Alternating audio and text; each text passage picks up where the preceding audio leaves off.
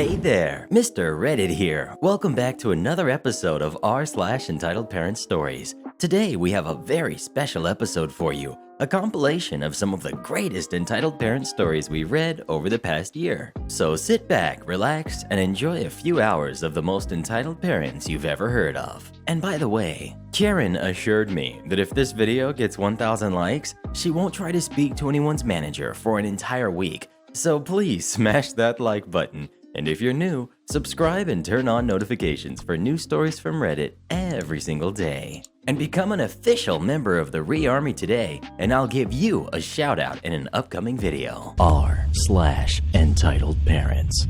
Entitled Mom flips out on me because I ordered a vegan meal, but added an egg to it. So, I'll start by saying I'm mostly vegan, but I occasionally indulge in an egg or some cheese at breakfast. This morning happened to be one of those occasions. Wasn't planned or anything. I went out to buy donuts for the factory. One of my guys is having his last day today, so I figured it would be nice if I bought everyone donuts to send him off. Next to our favorite donut joint, Daniel's Donuts in Springville, Victoria, Australia, if anyone's interested. Best donuts ever. Is a Hungry Jack's. That's Aussie Burger King for the rest of you. Don't know why they rebranded down here, but they did. Anyways, I hadn't had breakfast this morning and figured I'll pop into Hungry Jack's for a vegan avocado muffin.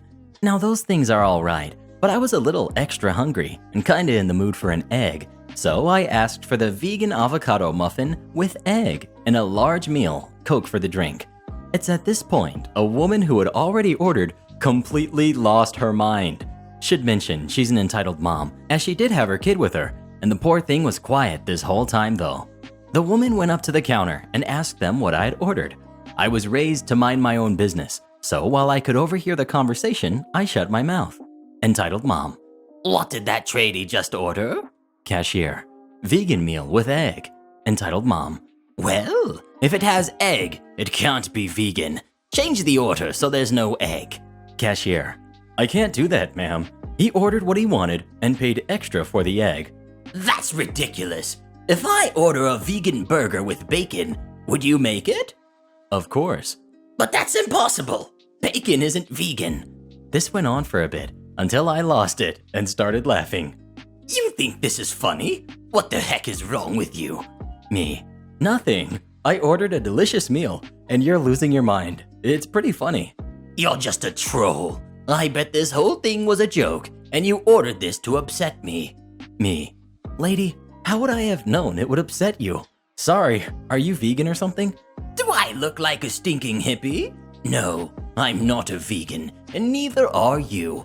You're too fat to be vegan. I've heard this before. I haven't eaten meat in 26 years, since I was a little bigger. But I've been fat most of my life and have heard, you can't be vegan or vegetarian because you're too fat. Can I just please dispel that misconception? Just because you don't eat meat doesn't mean you eat healthy. Me. And yet I am vegan, but I occasionally enjoy an egg. Even if I wasn't, I don't see how it's any of your business what I order and why.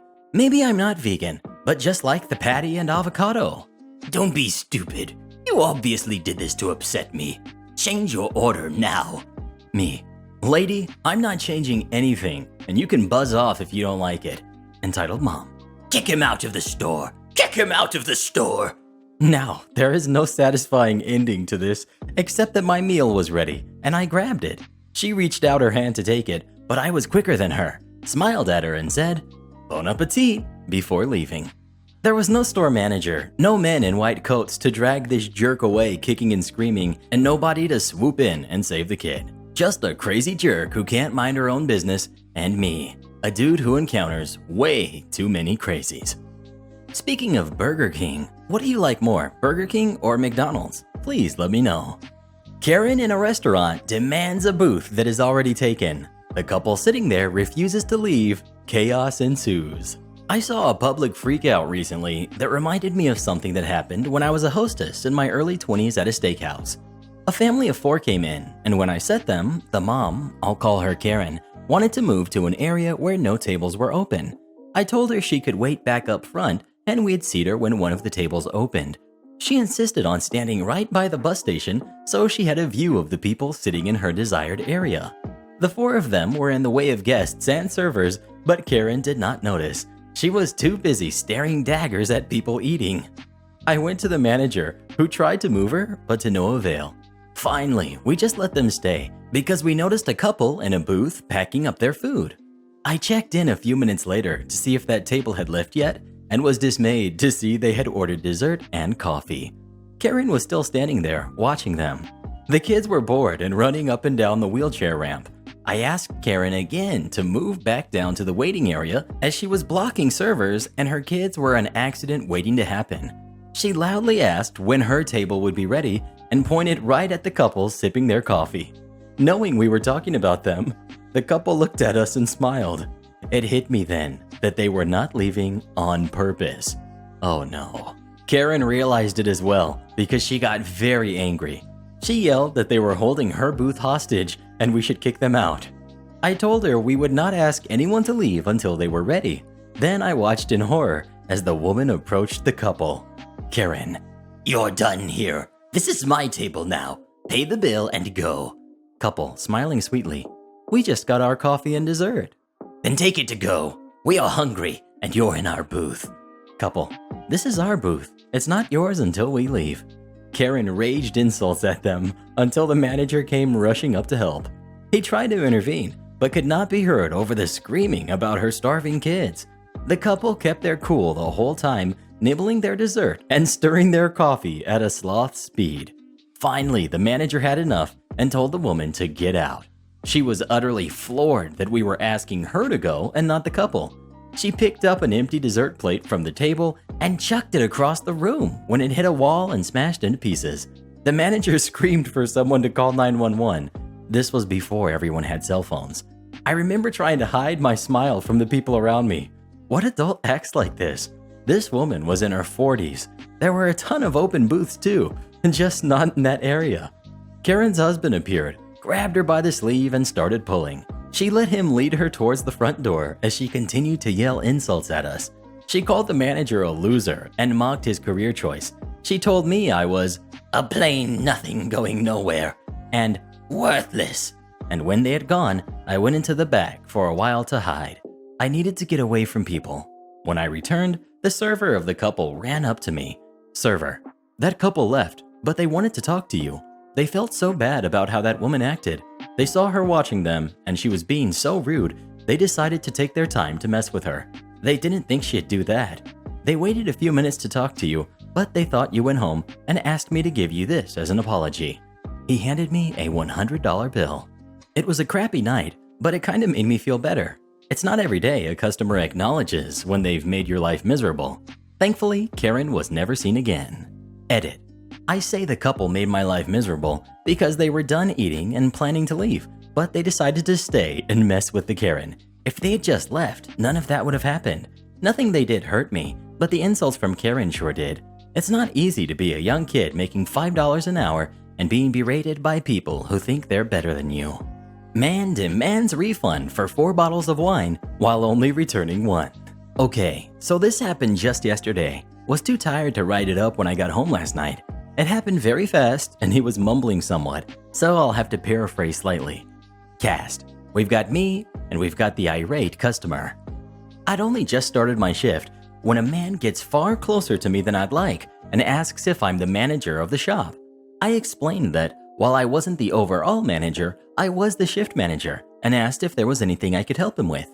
He tells me that he had bought 4 bottles of wine from the shop at the weekend, but the first 3 had been corked and undrinkable. He had called up our customer service line and they told him to bring them back for a replacement or refund.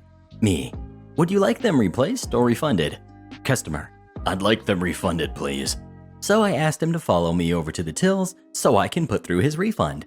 He produced a single unopened bottle from the bag he was holding and handed it over. Me. I'm sorry, but I can only issue refunds on the bottles you return. Do you have the others? Customer. I was told I'd get a full refund. Me. Yes, but I'm not authorized to issue a refund on an item that's not actually being returned. Even an empty bottle would do. Customer. Who am I? Me. I don't know who you are, sir. Customer. Who am I? Me. I don't understand what you're asking. Do I look like an idiot? No, sir. Then stop trying to treat me like one. I was told I would get a full refund. Me. And I can refund this bottle. I held up the one on the counter. But I'm not authorized to issue refunds on items that have not been returned. If you could come back tomorrow morning, the manager might be able to help you. No, she'd say exactly the same thing, but I honestly just wanted to get rid of him at this point. Customer. I was told I'd get a full refund. Me. And as I've explained, I can't issue a refund for an item that hasn't been returned. Don't you get angry with me. Me, lowering voice slightly. I'm sorry if that's how I sound, but I'm just trying to explain that. What's your name? I'm going to call and complain. I took a piece of spare paper and carefully wrote out my name and handed it to him. He looked at it. Customer. Who am I? At this point, I was starting to wonder if he was actually asking what his name was and if he had expected me to write it down so he wouldn't forget. Me. You're a customer. Do I look like an idiot? I had to stop myself from saying yes at this point. Me. No, sir. Would you like a refund on this bottle? He just grabbed the bottle and stormed out, glaring at me as he went. I wrote the incident up in my shop diary, just in case he did come back. Later that evening, the manager called on an unrelated issue, and I took the opportunity to warn her in case she didn't see the diary. She agreed that I had done the right thing, saying that customer services would have called or emailed the shop in advance if he had actually contacted them. We agreed that he probably was just trying to get some money out of us by threatening to cause trouble. She also agreed that I'm not known for losing my cool when dealing with problem customers, so even if he did complain, she'd have my back. All in all, just another fun day in the world of retail. Fine, I'll take notes in your class. This story is from my AP US History class back in 2008. This was the very first ever AP History class at the school, and so it was a bit of a pilot program. The teacher, Mr. K, was a favorite of most students in the school, but as I would learn, always seemed to have trouble with one specific kid every year. Here is where I come in. I took the class, not because I needed it, but because I had a hole in my schedule and couldn't take another study period. I'm a big history buff and had a feeling it would be a breeze. It was. In his class, I never took notes. One, because I didn't need to. It was almost all stuff I already knew. Not a smart brag, should see me in math. Ugh. 2, I learn better as an active listener. When I take notes, I'm more focused on writing than learning. One day he says something off the cuff like, OP, am I boring you? Or do you think you know everything? He didn't expect me to answer with the latter, but it got a chuckle. Move on to a few days later, and he asks me to stay after class. Apparently, I was disrespecting him by not taking notes. I explained my situation. I'm on the debate team. I get a lot of practice and learning by listening, stuff like that. He huffs and tells me I need to take the class more seriously. It's worth noting I had a perfect score in the class several weeks in. The next day I show up and do my usual thing, sit and listen, no notes. He tells me to go to the office and wait for him after class. A whole thing happened there, and naturally the vice principal just says, is it that hard to just write some stuff down to make him happy? Alright, yeah, I can do that. It's Friday, so I have the weekend to plan. I show up to his class on Monday and sit in the very front up against the side of the wall and hide my malicious compliance props beside the desk. The biggest memo pad the office supply store had, 4 feet by 2.5 feet approximately, and a pin that I constructed that came out to be around 4 feet long as well. He starts the class, shoots me a dirty look, turns to write on the whiteboard. I whip him out, and the entire class erupts in laughter. He turns to see me deadpan ready to take notes. OP, what the heck is that? It's my notepad, Mr. K. I'm ready to take this class seriously. What was that you were about to say about the invention of the assembly line? Got kicked out again. This time, talked to the principal. He laughed, asked if I thought I could pass the AP test without the class. I said yes, and I was pulled from the class permanently and given an extra study hour. For the record, I did pass the test. Also worth noting that this teacher had earlier accused me of plagiarism, which flew back in his face as well. Speaking of history class, what was your favorite class in school, besides study hall? Local politician claims, I don't know who I'm talking to, over a wooden pallet that he was technically stealing. Happened a few hours ago as of this post. I'll try to keep it short and sweet. I work at a local retail drugstore that happens to sell wood pellet fuel, not to be confused with pallets, the wooden thing they come on. I get tongue twisted over that all the time. In case you don't know, they're basically little compressed pellets of sawdust and wood particles that come in a 40 to 50 pound bag. At my store, we sell them in bulk, and you can get a deal selling them by the ton. Naturally, we get entire pallets stacked to that number and wrapped in plastic. I happen to be going outside where the pallets are stacked to do two things. 1. Open a pallet that only had a single slit in it that was hard to pull single bags from. 2. Offer to help a guy who had just bought a ton to load them into his truck. The guy loading his truck tells me he is all good, just minding his own business, cut it open with his own pocket knife and everything. I don't need to check his receipt or anything because I witnessed the transaction minutes ago.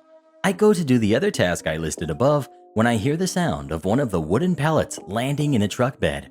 I connect A to B pretty quickly, and I go ahead and remind him of the store policy that the pallets are not for sale. My exact words were, "I'm sorry, I can't let you take the pallet." From this point, I don't remember the order of things that were said, so in lieu of script format, I'm gonna throw down a few quotes said by each party involved. Me: "I'm sorry, I can't let you take the pallet. Sir, it's store policy. Who in the store actually told you you could take them? I'm just doing my job. Sir, I told you I'm just doing my job." Local politician: "You have no idea who you're talking to. Somebody else already told me I can take it. I'm not gonna stop now. Go on, call the cops, I dare you. Don't get smart just because you're in charge here. Go inside and do your job." He said that about 3 times. The exchange ended with me unfortunately going back inside, not accomplishing the goal of getting the pallet back. The store is hands-off in terms of loss prevention policy. I asked a few fellow managers and supervisors if they had been letting people take pallets, and they all said no. At that point, I decided the least I could do was change the sign on the display so that in no uncertain terms, people knew the pallets were store property and not allowed to be taken. Of course, I waited till after he was gone so as to not escalate the situation any further. I only learned afterward that he had a position in the town/village government after the exchange was over. He looked vaguely similar to a guy that had caused a scene a few weeks back over an unrelated incident. I called one of the people involved to identify him on the camera, and they happened to know right away. While he wasn't the person from the other incident, she knew who he was by name. When I heard the name, it clicked, because I had read about it in the local newspaper before. His attitude made a little more sense now. Up until that point, the phrase, "You have no idea who you're talking to," didn't mean much to me. The fellow employee in turn rationalized that I thought they were the same person because of how big-headed the people in both incidents were. Judging by her tone, this is not the first time he's tried to let his position get to his head. She confirmed to me that shouting at a retail store employee is not out of the ordinary for him. Interview with an entitled parent. My boss was holding interviews for a new engineer yesterday. I'd been asked to sit in as I know more about the exact needs of the job. Very much not my normal role, but they needed someone to ask questions to tell if the interviewees could do the job. Anyway, towards the end of the day, one guy comes in. He seems to know his stuff, and the boss is going through the usual spiel. One of the questions was, "Tell us about a time you stood up to adversity." This interviewee talks about this time he had promised his son a special gift if his son did well on a test. His son loved music, so dad decided to buy him a guitar. He went out, saw a good secondhand one, offered to buy it, but the guy refused to sell it to him because of his nationality. He goes on telling how he insisted, how he offered a fair price, and eventually the police got involved. He eventually got the guitar, and his son loved it. My boss asks a few questions. "So, a shop refused to sell you something?" Guy: "Oh, it wasn't a shop." Boss: "You were ordering online?" Guy: "No, I just found this person in a park." Boss: "Selling a guitar?" "Playing it, but I gave them a fair price." This goes on for a while, my boss gradually teasing out the story. He said later he thought something was off about this guy. This man had decided they needed the guitar of some random teenager in a park. He had offered a fair price, which the teen had refused, and then he basically stole the thing, throwing some money at him and walking off with the instrument. Cops got called, entitled parent claimed to have bought it, teen said the interviewee had stolen the instrument. The guy then simply walked off with the guitar while the police were taking the statement from the teen. Apparently, his son was very happy with the guitar. Guy was proud of what he had done and convinced he had gone above and beyond for his kid and that he had done the right thing stealing a guitar. Needless to say, Guy did not get the job.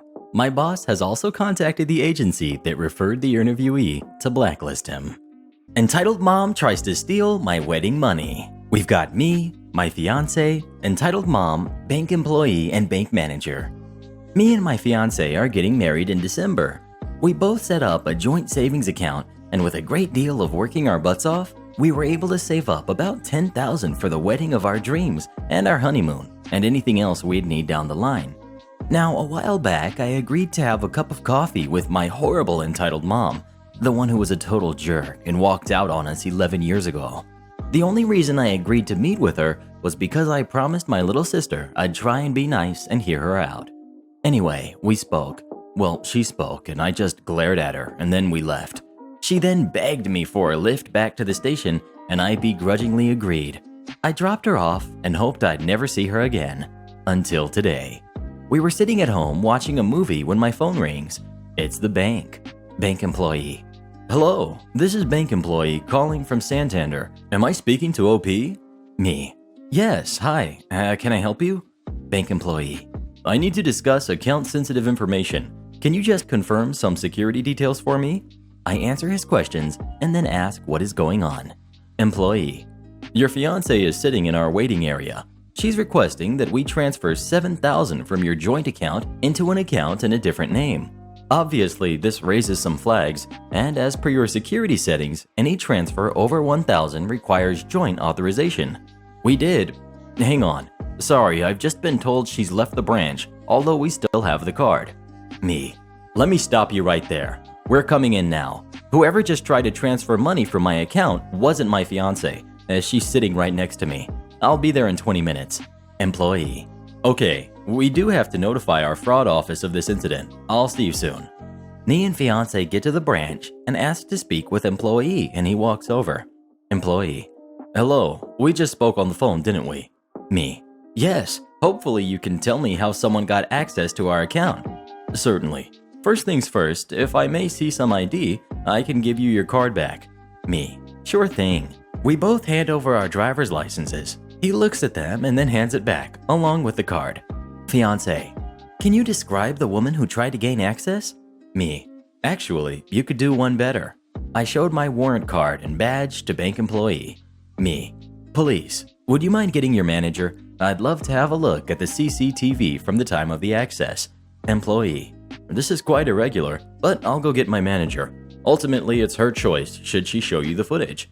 Employee picks up a phone off the desk and places a call. A few minutes later, a smartly dressed woman in a burgundy suit walks out. She's holding a laptop. As she walks up, she extends her hand and I shake it. Manager. Officer, if I may just check your ID, I can show you a CCTV still image, but I'm afraid actual video footage would need to be requested via head office. Fiance. That's all right, isn't it? We just want to know who it is. Me. Yeah, we do. I once again show my ID. The woman opens her laptop and turns the screen around, and there in glorious 1080p is a photo of my mother, leaning against the counter. Fiance. Wait, isn't that... Me. Yeah, it is. I turn to bank manager and bank employee. Me. Thank you very much. I know who the woman in this picture is. It's my mother.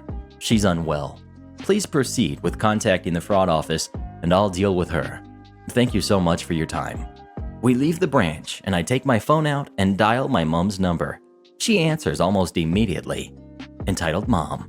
Hello, son. What a lovely surprise. Me. Cut the crap. I know you tried to get into my and fiance's bank account, so before I block your number and see to it that you get arrested for theft and bank fraud, I just wanted to say that I knew you'd never change. You're still the same vile, horrible person you've always been. Entitled mom. Listen here, you ungrateful man. I deserve that money. It's a son's duty to help their mother out. You owe me. Plus, it's not like you need it. Now, me on the other hand, I happen to need... Click.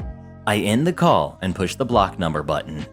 As it turns out, my mom took the card from the glove compartment of my car when I was dropping her off at the station. And yes, don't worry, both me and fiance will be filing charges against her. Also, another thing that bothered us. What the heck did she need 7,000 pounds for? Pastor lies, cheats, and steals. He gets exactly what he deserves. The cast. We've got Pastor Bob, not his real name. We've got the contractor, and we've got me. I have been a computer technician for more than 15 years. I have worked on all kinds of computers, everything from tiny point-of-sale computers to large rack server computers. I had been attending a new-to-me church. I was trying to date a woman there. This church was her idea. That relationship crashed and burned, but that's a different story. Now we can start. It was about 5 years ago. I had just sat through a long sermon about generosity and giving to those that need help. At the end of the sermon, Pastor Bob asked for an additional donation because the church's roof needed repairs and it would cost $20,000 US. That's right, 20,000 freedom dollars for a new roof. After the service, I'm talking to my date. Pastor Bob walks over to me. I say hi, and he introduced himself and we talked for a bit. Pastor Bob asked what I do for a living. I tell him I'm a computer tech with a shop. As I'm telling him, I have a feeling he already knows what I do. Pastor Bob asks me to have a look at his laptop. It's being very slow, so I agree. I turn the laptop on and I hear a clicking noise. This clues me in, it's probably the hard drive, but I can still access the data. This is a good thing. It means I can probably recover the data. So I tell Pastor Bob the hard drive is dying and it needs to be replaced. I also tell him I can probably recover the data. Pastor Bob asked how much it would cost to fix. I tell him for most people I would charge around $250. However, I feel I can donate my time, so I would just need $60 for a new hard drive. Pastor Bob agrees, so I write up an invoice. New hard drive, $60. Labor, $0. Data recovery, $0. And 2 to 4 days for repair. Pastor Bob signed the invoice, so I take the laptop to my shop. I open the laptop. HP, why do you use so many screws and clips? I get the hard drive out and connect it to my recovery rig. I set up the recovery to clone the data to a new hard drive, but not the new one for the laptop, a high-end storage drive. I go home after locking up the shop. Next day, Monday, I open the shop and check the recovery rig. It's working, but it will take at least 10 more hours, so I start work on the other tickets. Then at closing time, I lock up and go home. Next day, Tuesday, I've had Pastor Bob's laptop for 2 days. I open the shop and check my recovery rig. Good news, recovery completed, 100% data recovered. Report says hard drive developed too many bad sectors. Now I have a choice to make. I could put a 1 terabyte hard drive, $60, or a 120 gigabyte solid state drive, $60.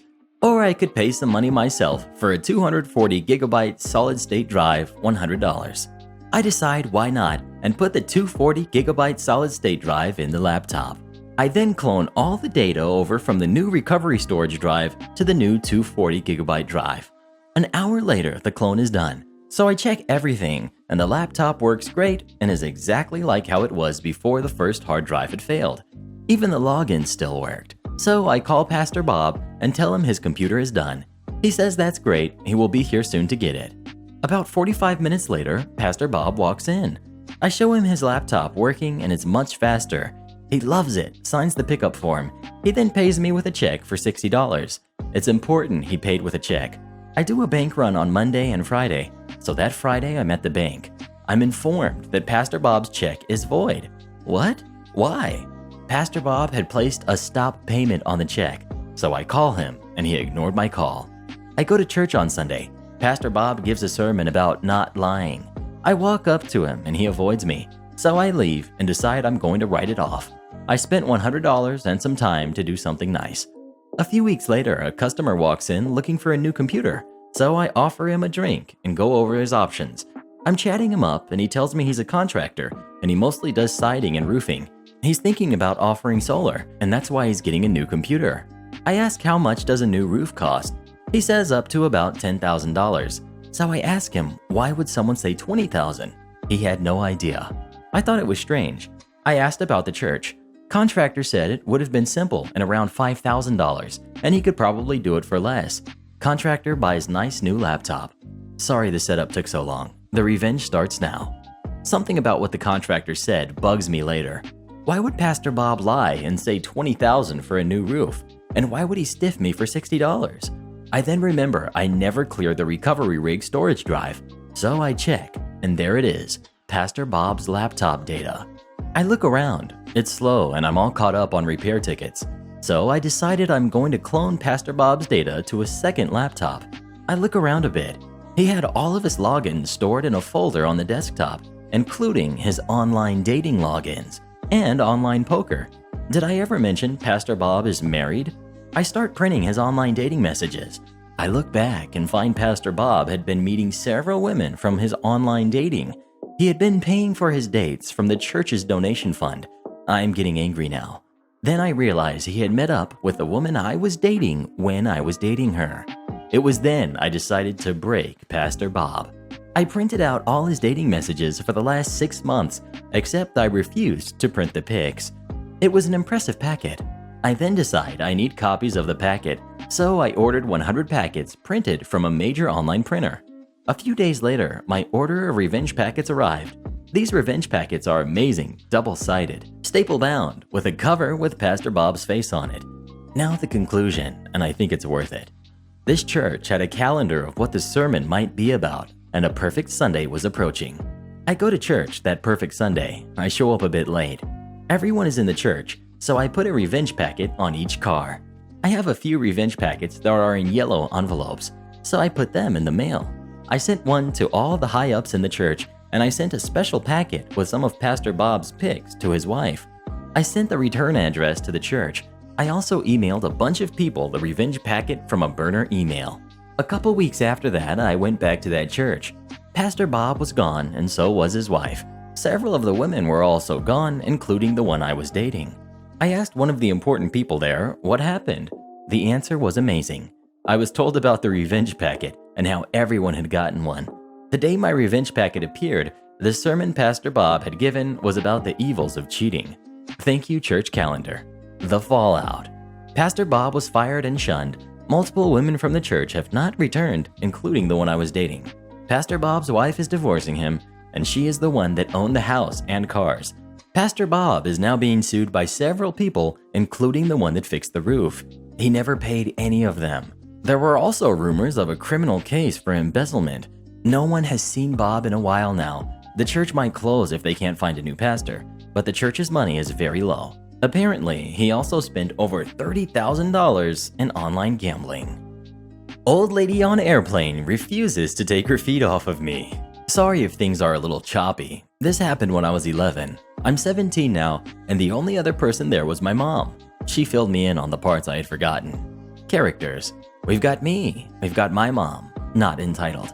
We've got nice flight attendant. We've got the nice son who is in his mid-30s. We've got the nice son's wife, also mid-30s, and entitled parent, late 60s, early 70s. So this all happened when I was coming back from Miami with my mom on an airplane. We were flying back to San Francisco after a wonderful vacation to Disney World. My mom had planned the trip a little late, so we were not sitting together on the flight, but she was across the aisle and 2 rows back from me so I could see her. Now, to set the scene, I was sitting in the aisle because I like to stretch my leg out every once in a while, and this old woman who looked as pale as a ghost, and she looked honestly like a female version of the Stacey Puff Marshmallow Man. She was sitting in the window seat, and her son and his wife were sitting in front of us. So anyone who has flown from Miami to San Francisco will know it's around 5 to 6 hours long. As soon as we take off, this woman takes off her shoes and puts her back to the wall and puts her legs on the middle seat. No one was there. Now this really disgusted me because her feet reeked, and to top it all off, she had put her feet against my leg. I was silently freaking out because being 11, I had absolutely zero idea what to do. I didn't want to ask her to move because I thought that would be rude. My mom always told me to be nice to people and not point out things that grossed me out. So internally, I was screaming. About 20 minutes into the flight attendant started coming around asking what drinks people wanted and if they wanted one of those little portable TVs they have on planes. When she asks what drink I would like, I look at her and just pointed at the lady's feet. The following conversation ensues. Nice flight attendant. Ma'am, please put your feet down. Entitled parent. Oh, I'm sorry. I just need to keep them elevated until my Advil kicks in. You see, my back hurts sometimes when I fly, and I just need to stop the pain. Flight attendant. Ma'am, if this was going to be an issue, you should have taken them earlier or have gotten your own row. Now please take your feet off of him. I can't. The pain is unbearable. Mom, from the other row, stands up and walks over.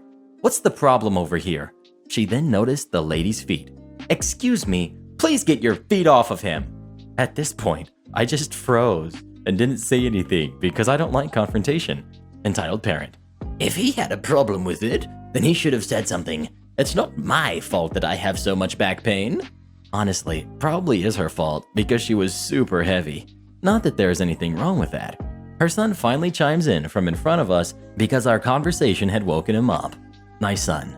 Mom, just get your feet off of him. This is why we don't like flying with you. You always make a scene. Entitled parent. But my back hurts. Nice son. You took 4 Advils, and I know for a fact that your back doesn't hurt that badly. You did this on the flight here, and once you get on the plane, you magically have back pain. But... Mom, just stop. Nice son to me. Hey bud, do you want me to switch seats with you? I would be more than willing to give you my aisle seat. I said okay, and we traded seats.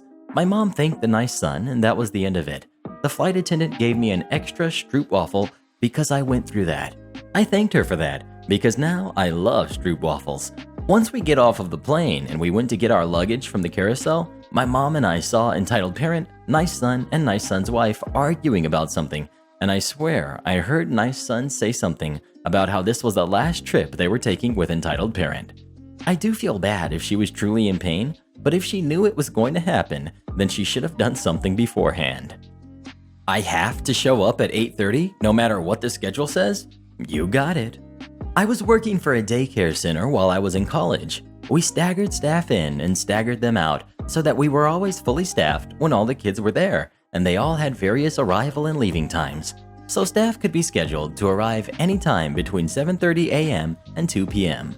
I worked Monday through Friday, 8:30 to 4:30. Even though my schedule was fairly permanent, I would check the schedule that got sent out every Sunday evening. It would always get sent between 6 and 9 p.m., and it would be for that current week, so we had less than 24 hours notice for our weekly schedule. A hot mess express if you ask me, but I'm not in charge and my schedule is set, so I don't raise too much fuss about it.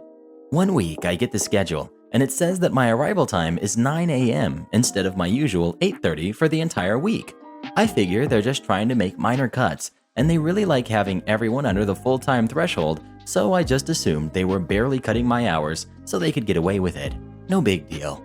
But I knew that most of the kids arrived at 9, so I would need more time to set up. I get there at 8:45 on Monday and set up quickly and go about my day. I do a little prep Monday night, so I don't have as much to prep in the morning. So on Tuesday, I get there at 8:55, clock in, and begin my day. My week goes on like that, with me prepping in the evening and getting there at 8:55 until Thursday, when my boss calls me into the office and reprimands me for my tardiness. I tell her the schedule tells me that my arrival time is 9, so I'm actually arriving early every day. She says that the schedule says 9 just to indicate that you are the morning shift, but if you're scheduled for classroom time, you need to arrive at 8:30 regardless of what the schedule says, so you have time to set up the classroom. I don't agree with this at all, and it's obviously not true, because not everyone arrives at 8:30. Anyway, there has to be more distinction than just morning crew versus afternoon crew on the schedule, but she admits that she's partially to blame for the mix-up, and doesn't turn it into a formal write-up. I start arriving at 8:30 every morning, just like I had been before the week in question. I'm not a late person. One week, I was going to be scheduled for the 1 to 6:30 shift because another coworker needed to switch with me, and we had both agreed to this. So the schedule comes out and says my arrival time is 1 p.m. I arrive at exactly 8:30, clock in, and sit my pretty butt in the office chair and wait. Well, eventually my boss notices that I'm just hanging out in the office and asks what I'm doing. I say, well, I was told to arrive promptly at 8:30 no matter what the schedule says, so here I am. She says, we don't need you here for the morning, so you can clock out and come back when your shift begins. Nope, I say. You can find a task for me to do until my shift at 1 starts, or I can sit here, but I'm staying clocked in. You were the one that said I have to be here at 8:30 no matter what. I'm just following your instructions. I had to deep clean the entire school until my shift actually started, but it was so worth it because I still got paid for the whole day, and my boss had to admit to me that she was full of it. Watching her try to backtrack was the funniest thing that's ever happened to me. You want candy stocked? Okay then. A few years ago, I was working at a fabric store, one of my favorite places to be, but there was one manager that I didn't get on with. Not sure why, but this manager had some sort of problem with me. Since day one, the main boss would put me somewhere in the store, and this other one would come in, counter the big boss's orders, and then spend the rest of the shift coming up to me and telling me to stock the candy every 5 minutes. And I do mean every 5 minutes. Ordinarily, this takes about 3 minutes, and it's just basic busy work to do between customers. Not this time. So it's the day of darkness in the retail world, more commonly known as Black Friday. Not only are we slammed, but we also have to upsell this new promotional item. We were literally getting marks against us if we didn't sell a certain number that day. The lines were long, and it was just one customer after another with no lull between. By the end of the sales time, every shelf was empty. Now, I am by no means perfect, but I try to make sure I do all of what my job entails. Part of the cashier's job was keeping the front shelves stocked, and everything for that was behind the counter. There was nothing in the mythical back room, and even if there was, the Xmas stuff had started coming in, and for some reason this manager thought the best way to store it would be to put it in the direct middle of the hallway that was the back room, and effectively block all of the regular merchandise. There was about 2 feet of aisle to walk down one side of the room, but that's it. Not relevant, but annoying. So the other cashier and I had cleaned up everything, restocked the shelves, and there was nothing left up front but one box of wafers and seasonal soaps. The candy was decimated, but there was nothing to put there. So we both chalked it up to a job well done, but we weren't allowed to leave the register that day. It had slowed down considerably, and we both had about 2 hours of shift left. So we were just talking, attending to the few customers that still trickled through, and generally attempting to wind down from the insanity. So of course, this manager comes through and tells me specifically to stock candy. I try to explain that there isn't any backstock, and she waves me off and repeats to stock candy. I spend a few minutes double checking that there isn't more stock, but nope, it hasn't magically reproduced behind the counter. Okay, guess it's stocked. Apparently not, as the manager comes back a few minutes later and tells me to stock it again. My coworker tries to explain and gets cut off with a, "Temp, you need to stock it. I want those shelves full. Don't stop until they are." Okay, sure, full shelves. Now this has been months of her generally trying to get me to do most of the work in the store. This manager was having me do a lot of her own work, double if she found out I was having a health issue, and I was tired of it. My doctor was already telling me I had to leave for my own health, so I wasn't feeling generous. Told my coworker what I was going to do, and she backed me up. I stocked those shelves. These tiny little candy shelves were stocked full of anything I could find behind the counter. Those wafers, soaps, various items from the promo shelves. I even fit a couple of steam irons on the top ones. Apologized to customers for the wait because I couldn't stop until those shelves were full. The manager came up, red in the face, and was ready to start yelling, but I was saved by the fact that there were customers there at the time. I checked my watch, grinned, waved, and my coworker and I walked to the back and clocked out. I never went back.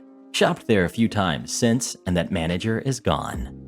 Give me $2,000. So I was going to college, commuting, so I was driving back and forth, and working.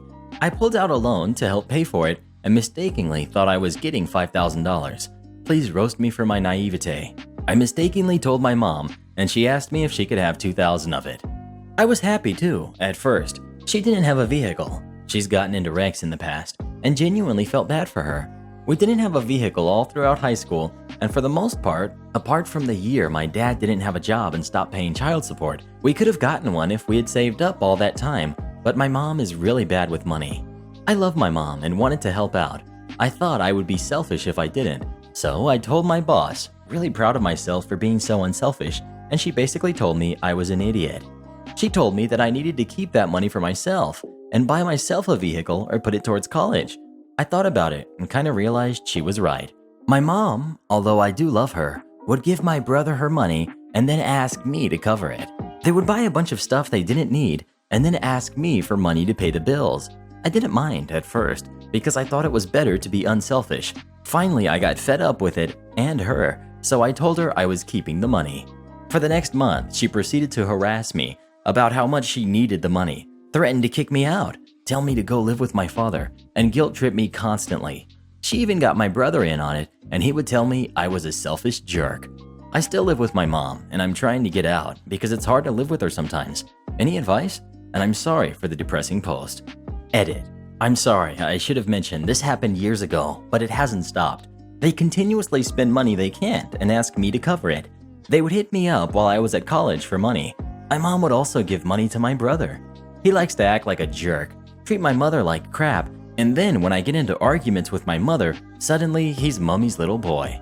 My mother will let him get away with anything. He's gotten arrested several times and put our vehicle in a creek.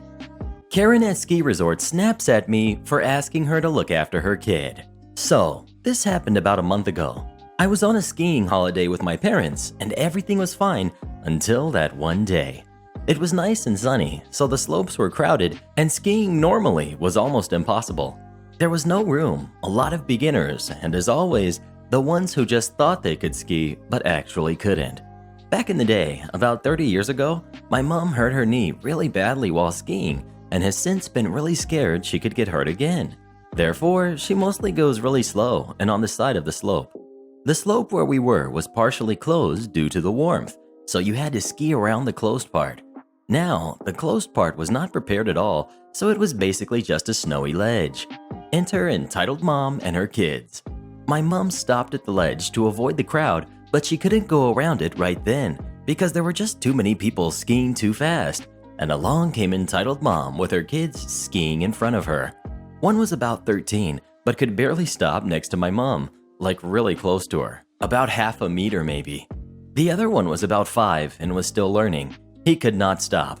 He ran straight into my mom, almost causing himself and her to fall down the ledge. So mom got really scared and skied away, so I decided to talk to them. The conversation went something like this. We've got entitled mom, we've got the older brother, and we've got the dad. Me to the older brother. Excuse me, I saw that your brother was having trouble stopping, so could you maybe look a bit more after him? I think it would be better if he'd ski between your parents, so it's safer for him. Older brother. Yeah, sure, I'm sorry. Me. Okay, great. Thank entitled mom. What's going on? Older brother. Oh, she was just asking us to let little brother ski in between you and dad. Entitled mom. And who are you? Me. I saw that your kid had trouble stopping and ran into my mom, and they almost... So what? He's still learning. Your mom could handle it. Me. I know that he's learning, but it's really dangerous with this many people around. He and my mom could have fallen off the ledge. Maybe you should go on another slope. It would be much safer. Yeah? Why don't you go to a different slope then, if your mom is scared of kids? Me. Ma'am, this slope up here is black. We have 3 colors, blue, red, and black. Blue being the easiest, and black being really steep and only for advanced skiers. And I don't think it's safe to ski here with your kid if you say he's still learning and you just let him run around here all alone. Who are you to talk? You're just a kid. You don't know anything.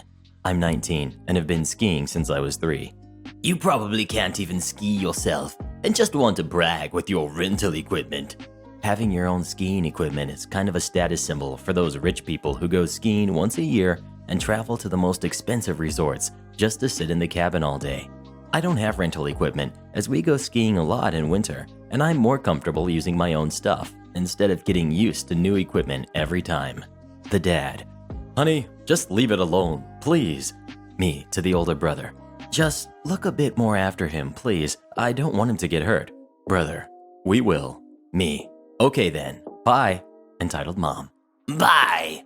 After that, I caught up with my parents and I told them the story. They just shook their heads. I hope the kid is fine and didn't get hurt that day, but I've seen it so often. The little ones get run into by those idiots who disregard the rules and just have to ski super fast, even though they're not that great of a skier and can barely keep their skis from slipping away. Have you ever been skiing? If not, is it something you'd like to try at some point? Please let me know. My spoiled cousin and his entitled parents ruined my birthday.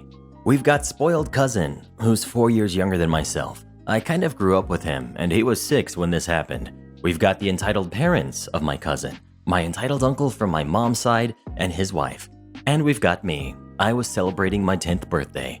I know this event, taken as a one-time thing, doesn't look so bad, but for me, it wasn't a one-time thing. All my birthdays and other family gatherings were sort of like this after cousin was born. He was spoiled, specifically by my maternal grandmother and obviously his entitled parents because he was the first male to be born, and he was 4 years younger than me. For a little bit of context, To summarize things, as the dynamics in my family are quite complex, let's just say the rules he had to follow were completely opposed to the rules I had to follow in terms of severity and responsibility, just for being 4 years older than him. And whatever he did was either not so bad or absolutely fantastic, where what I did was a disaster or simply not good enough. That distinction in the appreciation of our actions is from the fact that he's a boy and I'm a girl. Now, this specific birthday was the only one where I showed I couldn't stand my spoiled cousin's behavior and his entitled parents anymore. So, back to the story. Well, this was an important birthday to me. First, I was going from a 1-digit age to a 2-digit age, and I was very excited about this. Second, as a present from my parents, I was getting my very first big girl bike, which I chose with them a few weeks before, and I was pretty excited about that too. I was so impatient to try it in the garden that my birthday wasn't coming fast enough for me. On one weekend day in the summer, everybody gathered at my parents' house. My grandparents, spoiled cousin and his entitled parents, my aunt from my mother's side, and the daughter of our direct neighbors, who was an older friend of mine, and everything was going great. I was, like always when I was with spoiled cousin, babysitting him while the adults were doing their things because, yep, each time spoiled cousin was with me, it became completely my sole responsibility, and whatever he would do, I've always been punished in one way or another for his mistakes, even if I tried my best to avoid him making them. But no one ever bothered to explain to him why what he did was wrong or hurtful. By that time, I was completely used to that kind of dynamics, and that day, I was okay with it, and I really did everything I could to be good with everyone fearing I wouldn't get my present if things turned badly. Even though I already knew that I would have to clean the prodigious mess my spoiled cousin made while playing in my room. That was also part of his spoiled behavior, losing or breaking things, making a mess, but absolutely never having to apologize for absolutely anything. His entitled parents never replaced the things he broke either or apologized for him. At some point, my mom called us because it was time for the cake, meaning that a little bit later I would finally get to ride my new bike. So I run and sat down at the table, very happy and ready for the traditional blowing candles picture. But while I was taking my breath, smiling, suddenly my spoiled cousin began to cry and mumbled things to the ear of the entitled parent who was holding him. One of the entitled parents, I don't remember who, got to me and asked if it was okay for my spoiled cousin to blow the candle first. I wasn't expecting that and asked why. I was simply answering something like, "Oh, spoiled cousin just wants to. He's little, you know." To which I replied, "But that's my birthday. I've never blown his candle at his birthday." I never would have dared to ask something like that. And that's when spoiled cousin decided to throw a tantrum to blow the candles off of my birthday cake. I was enraged and hurt and decided to just leave the table to go cry in the security of my room. My parents seemed to understand what was going on, but couldn't do anything for me because of the entitled parents and the disapproving look my maternal grandmother gave to my mother, and she knew it would have turned the party into a big and awful argument. The entitled parents seemed to be astonished by my sudden rebellion, totally disapproving my behavior, but didn't say anything. At that point, I just wanted to withdraw myself from the all event, kind of, yeah, once again, just take whatever you want from me. But after a while, my father, understanding and reassuring, took me out of my now messy room to blow those candles I didn't want to blow anymore. And as it was for the greater good, I complied, even though my spoiled cousin was still going to blow the candles first. A picture I still have was taken when I got to blow the candles, and all you can see is a sad and broken girl now forced to celebrate her 10th birthday with people who, for a good proportion, don't even care about the well-being of her as long as spoiled kid was happy. Sadly, the story doesn't end there, as my spoiled cousin also required, a little bit later, to ride my new bike first, even though his feet didn't touch the pedals and someone had to hold him on the bike. But I didn't care anymore. I didn't want to ride that bike either, as it was not really mine now, like the whole birthday party. I literally let everybody ride on that bike before me, as some of the family members gathered there were actively trying to cheer me up by being goofy. And at some point it worked, and I finally got, in the beginning of the evening, my first ride. Old couple eats all of their food and refuses to pay. 2 years ago, I worked at a hotel that was so isolated from the community, only old people went there. So this couple were international guests and had that "our country is richer than yours" and "I'm better than you because you're a waiter" attitude going on. Annoyed me to no end. Our hotel had a special menu every day from a different country, so we basically had 7 boards at the back with those menus. Tuesdays were Indian food. One Tuesday evening, the couple comes in and they are seated in my section. They order the special, and I inform them that it will be a bit longer because I also had a table of 12 that ordered the exact same thing, not to mention other sections. They say it's fine, they will wait. Awesome. Their food gets to them, and they eat everything. Of course, I popped in and asked if their meal was fine. They say the food is perfect. I'm happy to hear that. After the main meal, I clear up their table and ask them if they want the dessert menu. They say yes, and I bring it to them. They finish up, and I ask them if they want any tea. They say no and ask for the bill. I leave them my pen because I assume they are just going to charge it to their room. A minute later, I come back to ask if they need a card machine and all that. That's where it got amusing for some of us. The missus decides to take charge and tells me that they will not be paying for the mains because the pieces of meat in the soup were too big for the soup, and only 4 pieces in the bowl, and really spicy. What?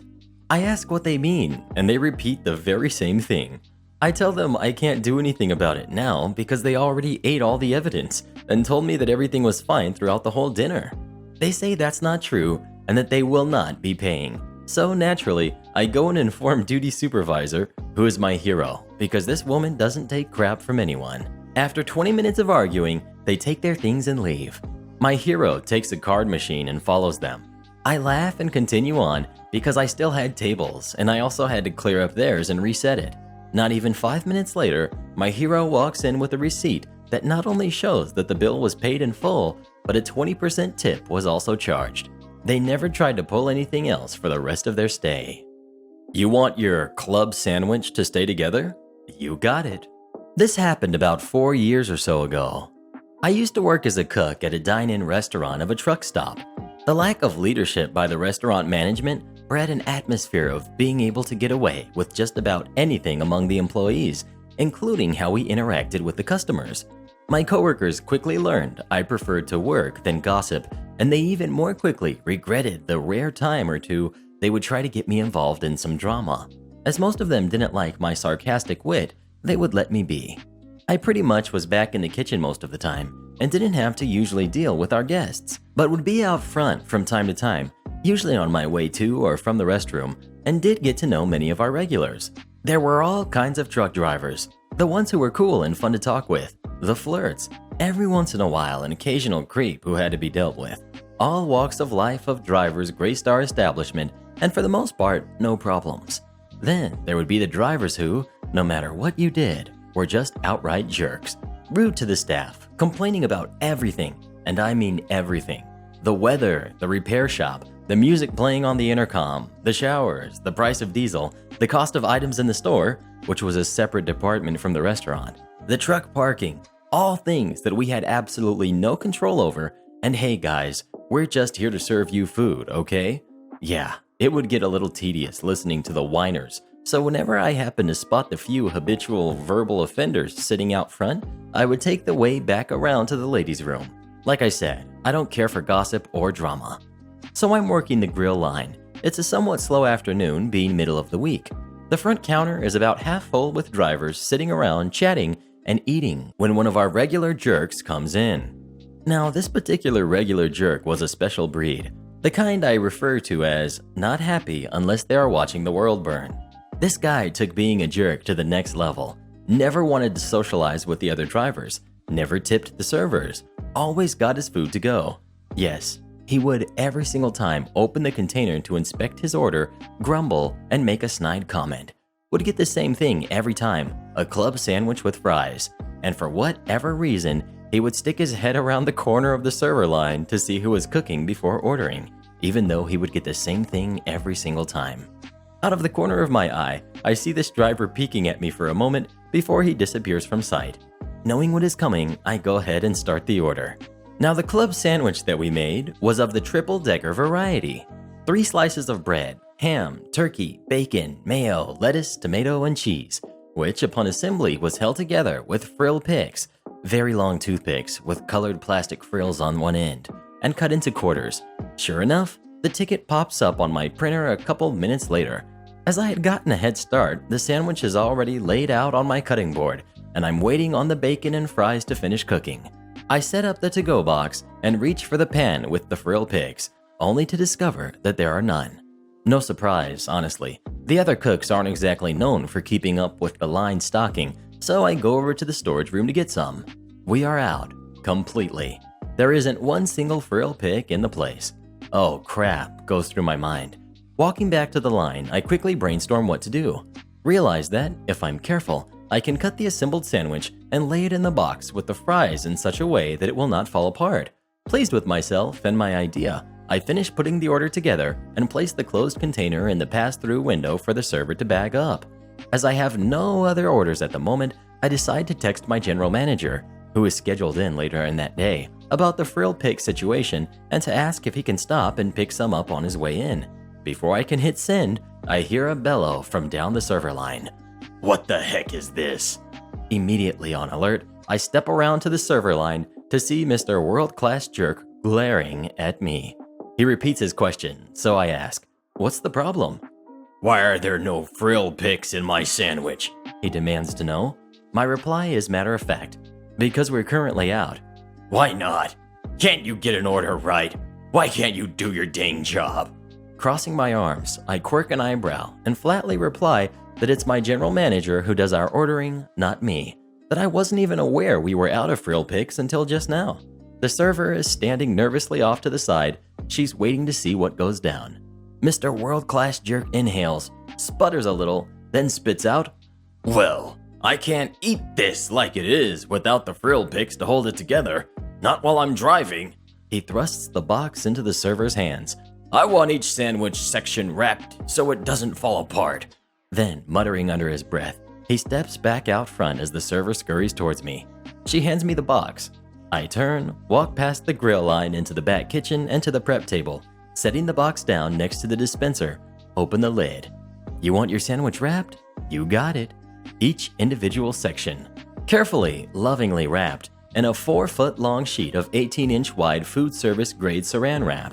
Placing the sandwich back into its box, I walked back up to the server line and handed it off to my coworker. She takes it out front. I see her hand it to this jerk, who proceeds to open the lid. He must have been satisfied because he closed the container and exited the restaurant. Walking back onto the grill line, I finish sending my text to my boss and wonder how long it will be before the fallout for my malicious compliance hits. It never did. I don't know if he ever called to complain to my boss. I certainly didn't hear about it, though we never saw that driver come into the restaurant again. Gas company billing issue? Sure. This happened about 6 years ago when I moved in with my partner at the time. Our realtor managing the property gave us the form and we filled it in. There was a section that asked about us requesting all utilities being connected on our behalf. Gas, power, phone, internet. I ticked the no box because I wanted to choose my own suppliers. We moved in, power was on, gas was on, no internet yet, but that would take days or weeks. But then I realized I never called the gas power company. Crap, I forgot. Though when I rang them and gave them my details, they said, "It's all confirmed and connected already." What a coincidence that the utilities the realtor connected us with was the same company I was going to sign up with. 9 months goes by. One day I come home and there's no gas. Power is fine. I call the company. "You haven't paid your bills." Now, let me rewind for a moment. Ever since moving in, they never sent us a bill. I requested to receive them via email. Never got one. I checked my spam. But each quarter, our utilities get billed quarterly. I'd get a bill in my letterbox addressed to the previous tenant. I'd mark the envelope RTS, no such name, and each quarter I would ring the gas company to tell them, "Got another bill addressed to previous tenant." They'd respond with, "Oh, okay, let's fix that." Anyway, back to the present day of the story. I'm on the phone trying to explain the gas disconnection issue, explaining that we haven't paid our bill because we never got one, and so on. They look at my account and then ask me to confirm my name. Once again, the previous tenant's name appears. I explain to them that I've sent every bill back to them and called each time to resolve this. They deny it all. Never heard from me, no records. So I ask them, "Is the gas disconnected now?" They say yes. I say, "Great. I'd like my gas at this address to be connected under a new customer name, please, because it appears to still be under the previous tenant. They tell me I can't do that. They tell me I'm the previous tenant. So I ask them to confirm my identification. I give them my name. They have zero info about me. I tell them I'm hanging up now. You can call me on the number in your system for this account to confirm things, but go easy on the person who answers because they haven't lived here in 9 months. I hang up, ring back immediately, talk to sales, sign up a new account, gas connected the following day, got 9 months free gas because no one at the gas company would listen to me. My entitled parents follow me onto a flight and demand to speak to the manager. Backstory. This happened a few years ago. My parents are the epitome of what makes an entitled parent, and I've got plenty of stories about their antics. To sum it up quickly, I had decided at 18 years old to run away from them and live overseas, where I am today and quite happy. This was the biggest decision of my life, and I was nervous as heck. They had done terrible stuff since my childhood, and I needed to get away for my own safety and well-being. I planned the flight about 2 weeks before the date, and my parents the whole time didn't think I'd go through with it. To be fair, they only thought I was going on vacation for a short bit. Come the day, and after me calling an Uber to take me to the airport, they caved to save face and took me themselves. I checked in and did all that good stuff before I had to go through security. I waved them off and began to walk forward until the following goes down. We've got security. We've got entitled mom and entitled dad. Security. Excuse me, where's your boarding pass? I only see one here. He points at my boarding pass. Entitled mom. Oh, don't worry. We're just going to take our daughter to the gate. Security. No. I'm afraid you can't go past this post without a boarding pass. What? But she's our daughter. You can't tell me what I can and can't do with my own daughter. Security guy sighs and looks at me flustered up and down. I have a baby face and have always looked much younger than I really am. Security. All right. How old is she? Well, she's... Me. I'm 18, sir. Entitled mom glares at me. Shh. Well, she is an adult and does not require accompaniment from her parents. I'm afraid I'm going to have to ask you to leave. Entitled mom. But she does. She's not mentally 18. She's mentally regressed and has issues. Me, shocked and embarrassed. I had depression brought on by diagnosed PTSD. Those were my issues. Yet she worded it to make it sound like I was intellectually disabled. What? Entitled dad. She's mentally a child. She still likes Chinese cartoons. Referring to anime and manga. Security. I don't see how that applies here. She seems capable enough. Do you feel you can go through on your own? Me. Yes, I'm okay. Entitled mom. Ugh, liar. She begins stomping her foot in frustration like a toddler. Just let me through right now with my daughter. Entitled dad. Yeah, and me.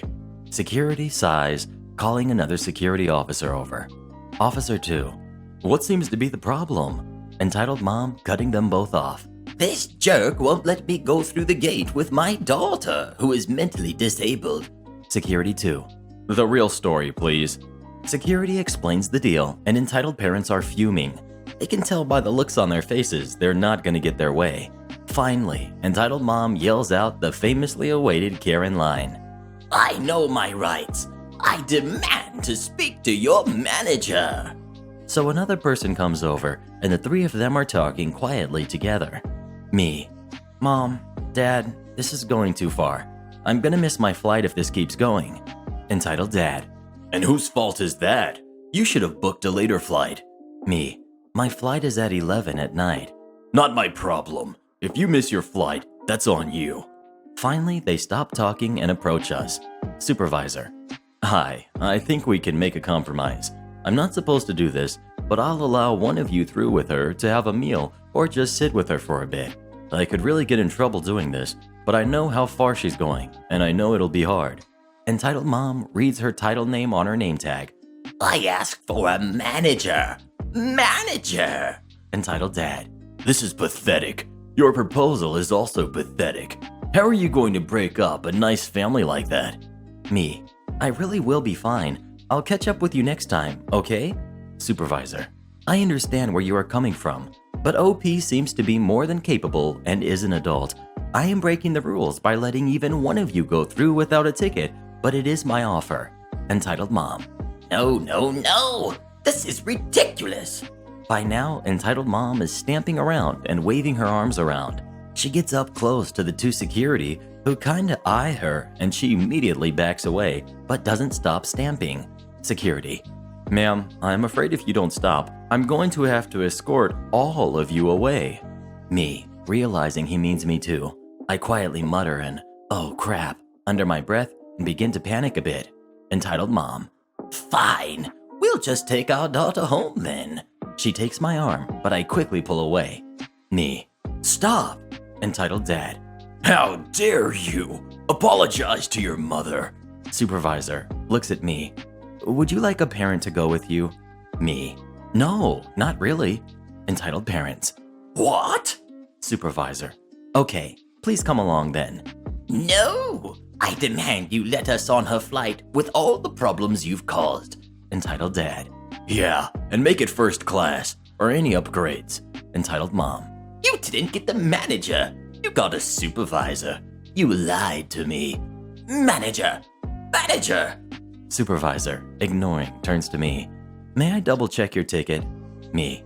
Yeah, of course. I show her my ticket. Supervisor. Perfect. One boarding pass for one person. Step this way and enjoy your flight. Me. Thank you.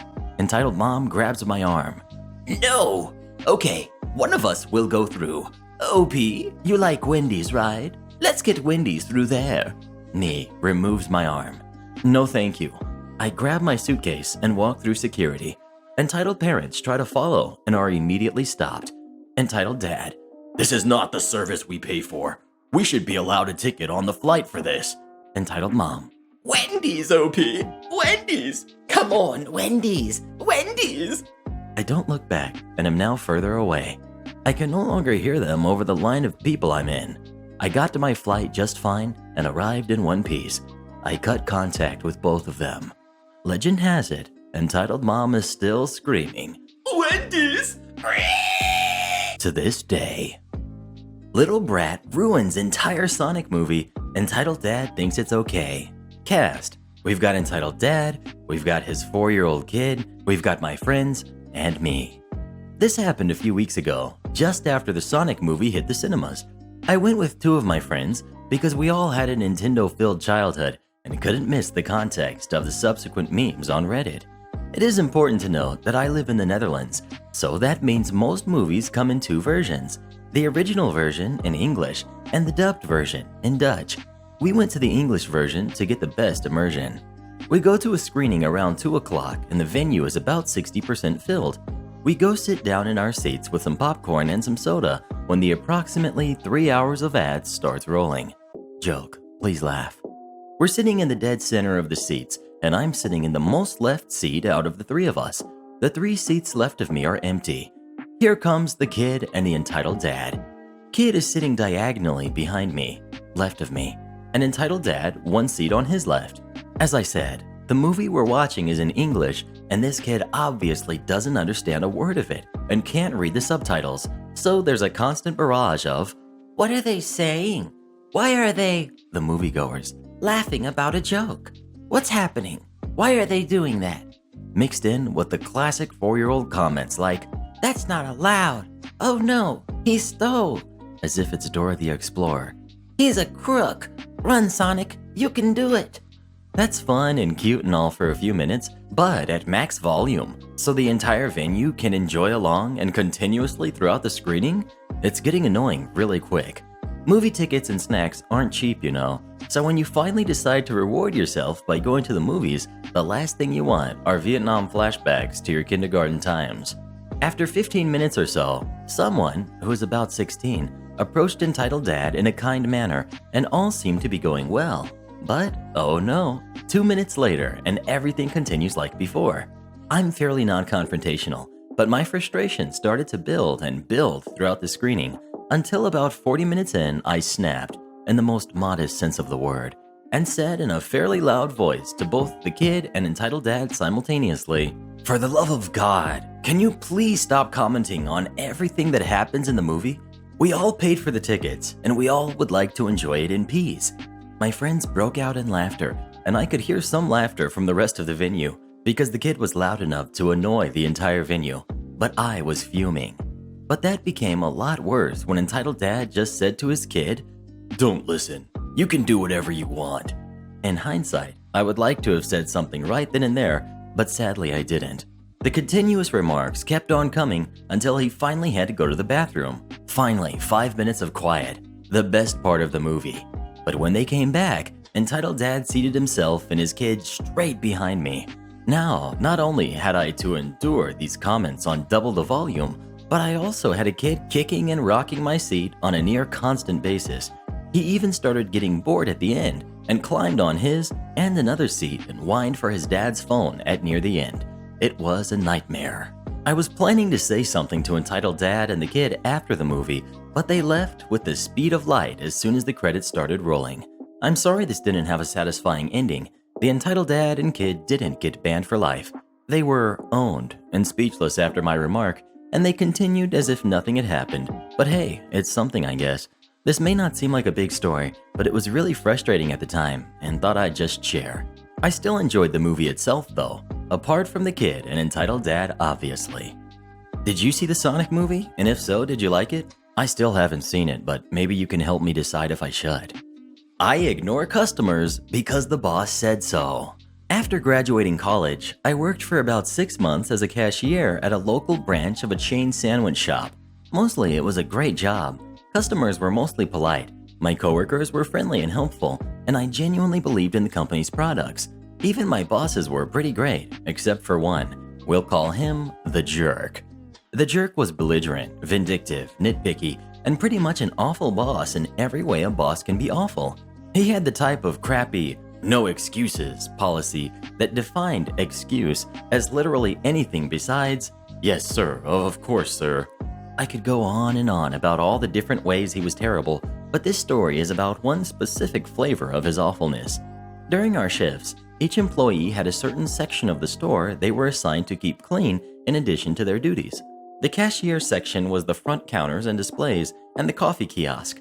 I don't know if it was officially the manager's job, but as long as I worked there, whoever was the shift manager always took care of the outside patio area, except for the jerk. At first, he would just say things to me like, "I'm really busy right now. Could you clean the patio?" Which was fine. Part of the job description stated that if you had free time and the manager asked you to do something extra, you did it. He was well within his rights. But one day, he suddenly started asking me why I was shirking my duties by not keeping the patio clean. After all, the patio was part of my section. It wasn't and never had been. I asked the other cashiers, and they all agreed they had never been told anything about the patio being part of the cashier section. I didn't mind helping out with the patio if my other cashier duties were done, but it irked me that he had taken something extra I was doing to be helpful and turned it into something that I was neglecting my duties if I didn't do. It felt like a bait and switch, and I felt cheated. The bigger problem, though, was that keeping the patio clean through my entire shift was a huge pain for me as a cashier. In the afternoons, I was often the only one at the counter, and customers would trickle in with a few minutes between each group. This meant that I was constantly having to run back and forth between the patio and the register, which confused customers and made it hard to get any actual work done on the patio. One day, when this was particularly bad, the jerk came up front and started asking me why I hadn't cleaned the patio. I started to explain that I kept having to come back inside to serve customers, but he cut me off. I don't remember his exact words, but it was something along the lines of, "That's no excuse. Cleaning the patio is part of your job. Now go outside and do your job. Don't come back inside until the patio is clean." That last sentence was music to my ears. I assured him that of course I would do exactly as he said, went outside and started cleaning. A few minutes later, a family walked past me through the front doors into the store. Through the large front window, I watched them stand, confused in front of the register. There was no one at it to serve them. The jerk had gone back into his office to attend his oh-so-important manager duties. I continued to clean the patio. A few minutes later, another family came in and joined the first, standing confused and now annoyed in front of the counter. At this point, the jerk must have noticed them on the security camera because he came out of his office and started ringing them up. Then came another set of customers, and another. The jerk was at the register, so he had to serve them. He was now being forced to cover my job because I was too busy doing his. I finished cleaning the patio and came inside, and the jerk immediately tore into me, asking where I had been. Why wasn't I at the counter? Couldn't I see there were customers? I put on my most innocent smile. But you told me not to come back inside until I'd finished cleaning the patio. I assumed that meant you would take care of serving customers, since I couldn't possibly be two places at the same time. He just glared at me for the longest moment, then mumbled something about how I should have known what he meant and I was never to pull a stunt like that again, and shuffled back to his office. Not much of a victory in the grand scheme of things, but seeing the momentary flash of panic in his eyes as he realized his "do as I say, no excuses" policy had backfired had me giddy for the rest of the day. The frustrated wife. Another story from the petrol station. So we had a guy come in and fill up his fuel. He came inside and realized he had left his card at home, a good 30-minute drive away. I tell him that it's fine, as long as he can get back before the end of my shift. I won't have to report it as a drive-off. He thanks me, leaves his details, and leaves.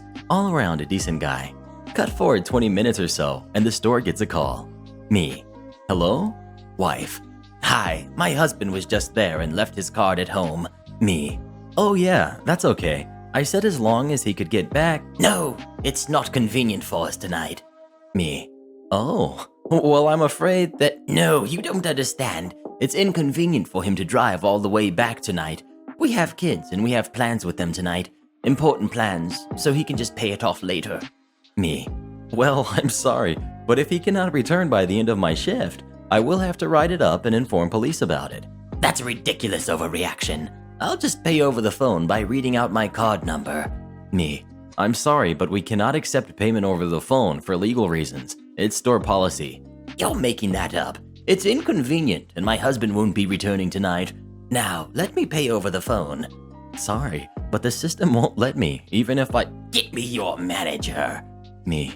I'm the only one on tonight, but I'm happy to give you the number for head office. And they can let me pay over the phone to them? Me.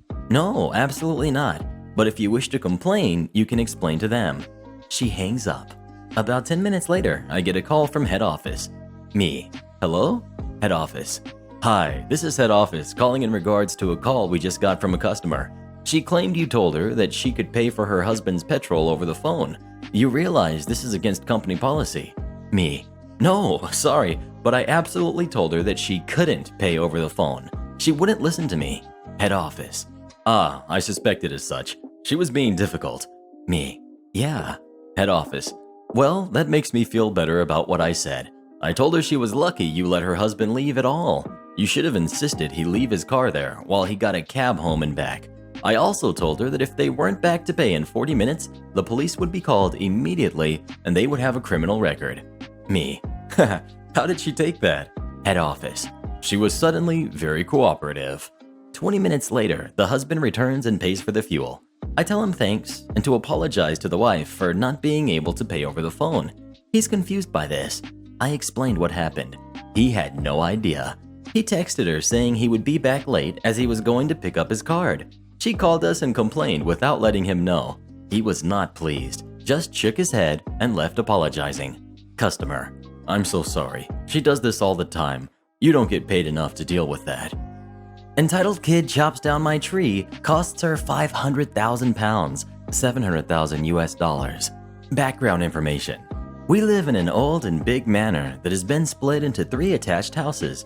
The houses are about 150 years old and were built around 5 huge giant sequoias, which were about 250 years old. In the UK, giant sequoias are very rare, and the 2 in our garden upped the house price by about 60,000 pounds. We lived next to 2 really nice neighbors, one young couple and one old couple. The story. Unfortunately, our old neighbors passed, so their kid and her family moved in. Let's call her Jo. Jo was instantly a pain in the butt. We had been sharing chickens with the previous neighbors, and Jo agreed to keep sharing them. However, on her nights, she would constantly forget to put them away, so we would have to check them every night anyway. One night, her little brats thought it would be funny to open our personal duck pen in the night. About 2 years ago, there was a storm, and one of her sequoias somehow fell over and died, They were distraught, understandably, but from then on, the jealousy started. She would constantly complain about how lucky we were to have 2 sequoias in our garden and how our sequoia was making too much shade in their garden. It wasn't. Anyway, we just thought it was Joe being a pain. There were a few dry threats, like they would chop it down or maybe the next storm would blow it down. Until we came back from a holiday to France to find our huge 6-meter stump and nothing else. I mean, how the heck do you get rid of a 100-foot tree in like 2 weeks? 2 of our old British oak trees had been crushed as well. My mom and sisters were crying. My dad was red in the face, and we had no evidence Joe had done it. She claimed that there had been a storm and she had to get rid of it. We had a security camera at the front of the house, but you can get in the back if you go through a few fields. We then were given an 8,000-pound bill for damages to her property and to have the tree chopped up and removed. The wood alone would have been worth a small fortune. We had lost all hope, and 2 weeks had passed when my dad came running in from the garden. We had put up a wildlife camera a few months ago and had caught everything. We got a lawyer on the phone and started our revenge.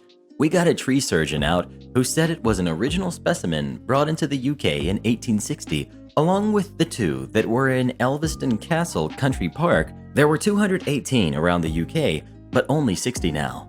He also told us to call out an engineer because the roots might be in the foundation, so when they rot, it could damage the house. Turns out, we would need to redo the foundations. Then we took Joe to court and sued them for damage to property, trespassing, and emotional damage. The tree would cost $250,000 to have another sequoia that was 250 years old put in and looked after. It's basically impossible. Plus the damage to the foundation, which was $200,000, and the 2 oaks, which were another $25,000. So with the emotional, it went to about 500,000 pounds or $700,000 US. They had to move out. And we have now paid off the mortgage, done a lovely loft and kitchen conversion, and have basically done up the house and garden as well as plant a 60-year-old sequoia tree in the back garden. We also had our kitchen counter and table made from the old sequoia. We now have a new lovely family living next to us who we share chickens, ducks, and pygmy goats with. They're very nice, and I make a fortune babysitting their kids. Telco wants to cut me off due to my ex-husband's bankruptcy. Well, I now have a free iPhone 11 Pro. My ex and I went bankrupt due to him not paying bills and his company going under. Joint names, unfortunately, as I was working and he needed my name to buy the business. It sucks, but that's a whole nother story. I have always paid my bills for every utility, so when all this went down in January this year, all other contracts, including a salary-sacrificed car, just continued on. In December, I smashed my phone screen. The repair cost was about $800, so I used my insurance that I had been paying as part of my phone plan to replace it with a brand new iPhone 11 Pro. $50 per month for the service and $75 per month for the phone. I got a call in early March from the Telco insolvency team telling me I can't have a contract with them due to bankruptcy. They said they want to change my phone to a prepaid account. They also said I cannot have a home internet and landline account with them anymore, which freaked me out. No Wi-Fi and kids at home. I checked it out with a bankruptcy trustee and they said legally it's not a problem, but if the company policy states as such, they can do it. I also spoke with the telecommunications ombudsman and they told me I could fight it if I wanted to, as I am still under contract. I had a big argument with the telco on the phone again, trying to explain that my bills were always paid early and that it is in their best interest to let me continue to pay out the contracts as their fees were on top of the purchase of the phone and modem.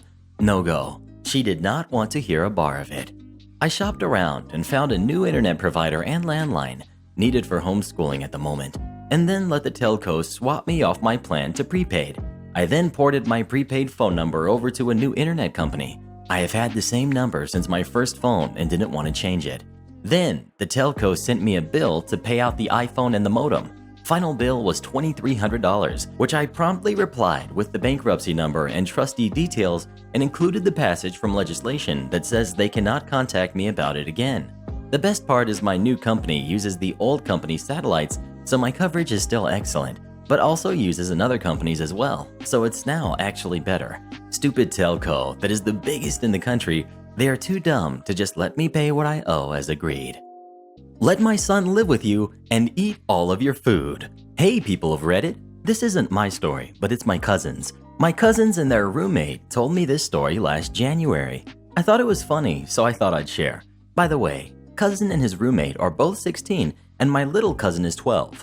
An entitled mom demanded that her 12-year-old first-year son be allowed to live in the room with my cousins and their roommate. Meet everybody. We've got my older cousin, my little cousin, the roommate, entitled mom, entitled kid, security guard, and entitled kid's roommate. The setting. My cousins go to a very elite, private, all-boys school, grades 6 through 12 in the New England region of the United States, so it's not uncommon to encounter an entitled parent and kid here or there. Now, let me state that my cousins are not entitled. They apply for financial aid and have campus jobs to afford the $60,000 a year tuition. Now, my older cousin is the student body president of the school. Because of this, the president gets a room that is 1,200 square feet, has a fully functional kitchen and a bathroom. The room also has a large living space, balcony, and office. The other rooms just have 2 beds, 2 closets, 1 desk, and a small window, and they're around 150 square feet. Because my little cousin is related to older cousin, he was allowed to live in the room versus the standard dorms. Cousin's roommate was also the student body treasurer, so the dean allowed him to live in the room too, because he was my cousin's friend. With 3 guys living together, there was a surplus of video games and junk food, just guys being guys. With the new semester starting, student body officers had to help with orientation, helping the parents get their first-year students settled in. Because little cousin was already settled in, he was just playing games on the PS4 with the door open. Cue entitled mom and kid. Entitled mom, nice at first. Excuse me, Little cousin, yes? I'm looking for my son's dorm and I can't find it. Can you help me? Little cousin, hey, I'm new here myself, so I don't know much. My brother is responsible for helping first years, so let me call him. Entitled mother and her son wait for about 25 minutes for older cousin to arrive. So little cousin was playing games with entitled kid on the PS4, eating junk food, and showed them around the room. Older cousin arrives. Hey, I'm older cousin. You must be the mom trying to find her son's dorm. Entitled mom, now rude. Yes, I've been waiting for someone to help me. Older cousin first disregards her tone as orientation day is hard. Older cousin goes on his phone with the info that the mom gives and directs her. Apparently, entitled kid only lives down the hallway to the left. Entitled mom leaves with entitled kid and his luggage. Entitled kid says in that gosh-awful voice as he's leaving, I want to play more games. Entitled mom says, You can later. Older cousin has this geez look on his face, closes the door, and plays on the PS4 with little cousin. 10 minutes later, there are loud bangs on the door. Older cousin sees who it is. It's entitled mom and her brat. They've returned with his luggage. I need your help, now. Her brat runs to the PS4. Older cousin, what seems to be the problem? Entitled mom starts whining. My son's room is small. It's not like this one. Who do we talk to about this? Older cousin, I'm sorry. If you're unsatisfied with your living situation, you'll have to talk to a counselor about his situation. And nobody has a room like this one because I'm the president. The entitled kid starts rummaging through games. Entitled kid, Do you have Fortnite? hey, put that down. Don't talk to my son that way. Besides, my son needs more living space. Do something. At this time, entitled kid is still rummaging. Then little cousin pushes him to the side and locks the game cabinet, and he starts screaming. Roommate was also returning to the room with his lunch. Entitled kid, I want to play games. Little cousin, this is our room, and you can't use my things if I don't want you to. Entitled kid screams. I wanna. Roommate, what's going on? Entitled mom interrupts. These boys won't help me find a room like this one for my son. Roommate, oh, that's impossible. This is the only room like this one. Besides, this room is only for the president. Entitled mom condescendingly. Then how come you're here? Roommate explains.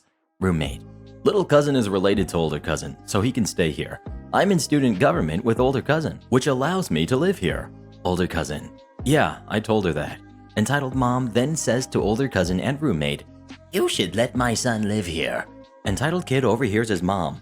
He now thinks that he lives in the room. He goes to the fridge and tries to get a soda. Little cousin blocks him and says, You are not our guest, nor do you live here. Don't touch our food. Entitled kid, Forget you. This is my room too, and you have to share. older cousin then says to get her kid out because he's a nuisance and bothering them. Entitled mom says no. Older cousin and roommate are not having it. They ask her politely yet firmly to leave. Entitled mom walks in and proceeds to unpack her son's luggage. Entitled kid is also having a fit because little cousin isn't letting entitled kid have any food. Mom, he won't let me have some donuts. Don't worry, Mommy will help after I unpack you. Older cousin and roommate firmly. Your son isn't living here. Yes, he is. My son is an angel. You should be glad to be friends with him. Older cousin. I'm not interested in living or being friends with your son. Leave now. Entitled mom ignores older cousin and continues to unpack with her entitled kid still screaming, I want donuts. He then screams at little cousin, I want to play your games. Little cousin says no. The kid then starts screaming high-pitched. Older cousin, little cousin, and roommate have had enough of this charade and then proceed to drag them out and throw his luggage in the hallway and lock the door. Entitled mom and son continue to bang and howl. Entitled mom promises that she'll get her son back in, so she leaves. At this time, friends were coming over, and someone accidentally let entitled kid in the room. People confused ask who he is. Entitled kid tells them who he is and that he lives there. Entitled kid then starts demanding to use the PS4. Older cousin sees him and kicks him out again, with him shouting, I want to stay. His mom then returns with a security guard. Entitled mom. These boys kicked my son out of his room. Do something. Security guard. Lady, I know for a fact that your son doesn't live here. He needs to stay here. This room is much better than the other ones. Security guard then asks if the mom is bothering them. Everybody says yes. He says, I'll take care of the mom, and asks cousin to watch the kid. Entitled kid is dragged out again, and he shouts, My daddy will mess you up for this. The mom was escorted off the campus grounds. Older cousin and roommate forcibly moved entitled kid into his room for him. Little cousin ended up becoming friends with entitled kid's roommate as the months have passed. Entitled kid has been so bratty and annoying that entitled kid's roommate has had sleepovers with my cousins almost every night. Because of this, entitled kid packs an overnight bag and almost always follows his roommate and demands to be let in. I was told it goes down like this. Entitled kid. Let me in, roommate. You can't have a sleepover without me. Little cousin. Go away. We're not letting you in. I want to see my roommate. He'll vouch for me. You can't play games or have sleepovers without me. Entitled kid's roommate comes out and puts ice cream on the table. Entitled kid's roommate. I stay here 4 to 5 days a week because I need a break from you. Please go away. Entitled kid. OMG, traitor. So much for loyalty. The least you can do is share the ice cream. Roommate gets up and closes the door. OMG, let me in. I'm not playing. My cousin's roommate and entitled kid's roommate turn the volume on the TV louder and tune out his pleas and crying. They later woke up to him sleeping at the front door at 6 a.m. He stayed there for 10 hours. Update.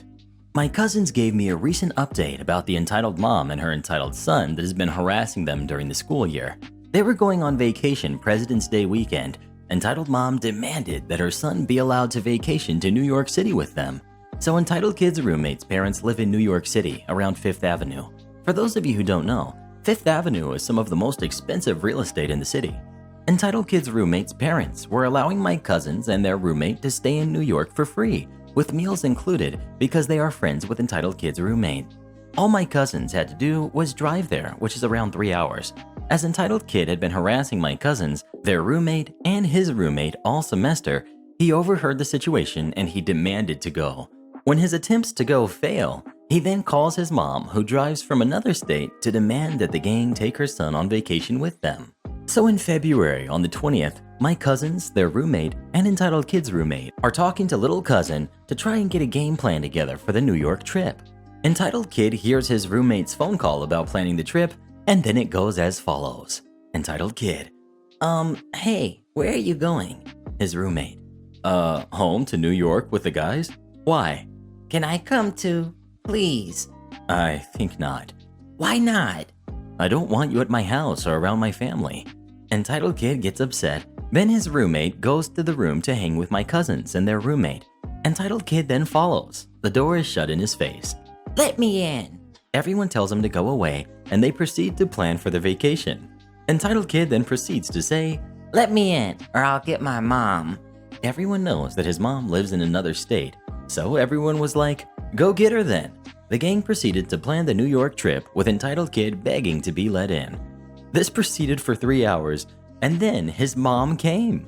She drove from the next state over. She knocked on the door, they opened it, and it went like this. Just so you know, my older cousin didn't remember who entitled mom was at first because it had been a month since he had last seen her, but her behavior soon jogged his memory. Around this time, everyone was preparing to leave as they had made all of the final preparations. Older cousin, hello, can I help you? Yes, my son says you won't let him go to New York with you guys. Why won't you? Older cousin has this why me look on his face. Older cousin, I'm sure that you remember our last conversation.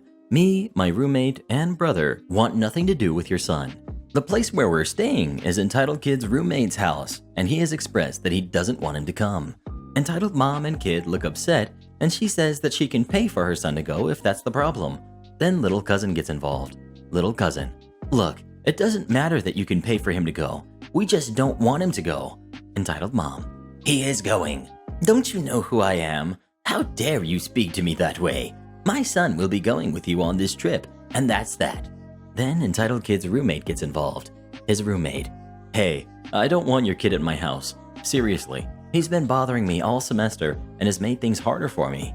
I sure as heck don't want him near my family or my home. Entitled kid butts in with his attitude. OMG, why do you have to be so mean? You spend all your time here and never invite me. You have to let me come to make it up to me. His roommate, no I don't. It's my house. Then entitled kid starts wailing and demands his mom let him go to New York with them. Older cousin with an annoyed and sarcastic voice says, well, nice seeing you again. Bye. The gang proceeds to lock up the room and bring the luggage down to the car. Everyone goes on one last bathroom break before they get on the road. However, little cousin didn't lock the car. For those of you that know, Fords have a keypad on the driver door to lock and unlock the car. Little cousin didn't press the buttons right and the car didn't lock. When the gang came back to the car, entitled kid was in the back seat with his headphones on, with his mom waving as she drives away. It goes as follows. Roommate, hey, come back. Have fun in New York. They realize that her kid has just been dumped on them and that they are stuck. Little cousin says that we should call security, so older cousin does. They explain on the phone that entitled mom dumped her kid on them and that they're bringing him over because he is not their responsibility. Entitled kid takes off his headphones and says, come on already, get this crap box, 94 Crown Victoria, in gear. Now the security office is around half a mile from the dorms, so for a while, entitled kid had this look on his face like he had won. When they pull up to the security office, his smirk disappears, as both the captain of the school and the dean were there. The captain says, you want to explain what you're doing in older cousin's car? Entitled kid is sweating bullets and nervously says, I'm going on vacation. My mom said I could. The captain then says to them, is this true? Everyone, no! His mom just demanded that we let him go. She put him in and drove off. The captain then orders entitled kid out of the car. Entitled kid then asks for older cousin to pop the trunk so he can get his bag out. Everyone just has this, you gotta be kidding look when he said that. The dean, who I'm told is a very kind old man, he gave entitled kid a very firm talking to. It went like this. Dean, in my 35 years, I've never had to deal with a more petulant child than you. I was light on your punishment the first time. That won't be the case this time. Your behavior is unacceptable. You have put me in an impossible position. The dean and the captain take entitled kid away. He was put on probation, so that meant he couldn't participate in sports or other events, was given 20 days detention doing landscaping, and a security guard personally escorted him to and from classes. All in all, the gang had a pretty good vacation. Entitled mom did call entitled kid's roommate's phone to lay into everybody. She was quickly blocked, and they haven't heard from her since. Soccer mom is mad I fired her no-show daughter. We've got entitled soccer mom. We've got her daughter, who works under me and also plays soccer. She's 18. And we've got me. So this takes place a few years back. It was shortly before my store manager abruptly quit, and I ended up running the store for a third of the year. Part of my role involved dealing with staffing issues. At this Dress for Less store, it is very hard to get fired for anything, including being a no-show. If you had 2 consecutive no-shows or 3 non-consecutive no-shows in a short period, you could be let go for job abandonment.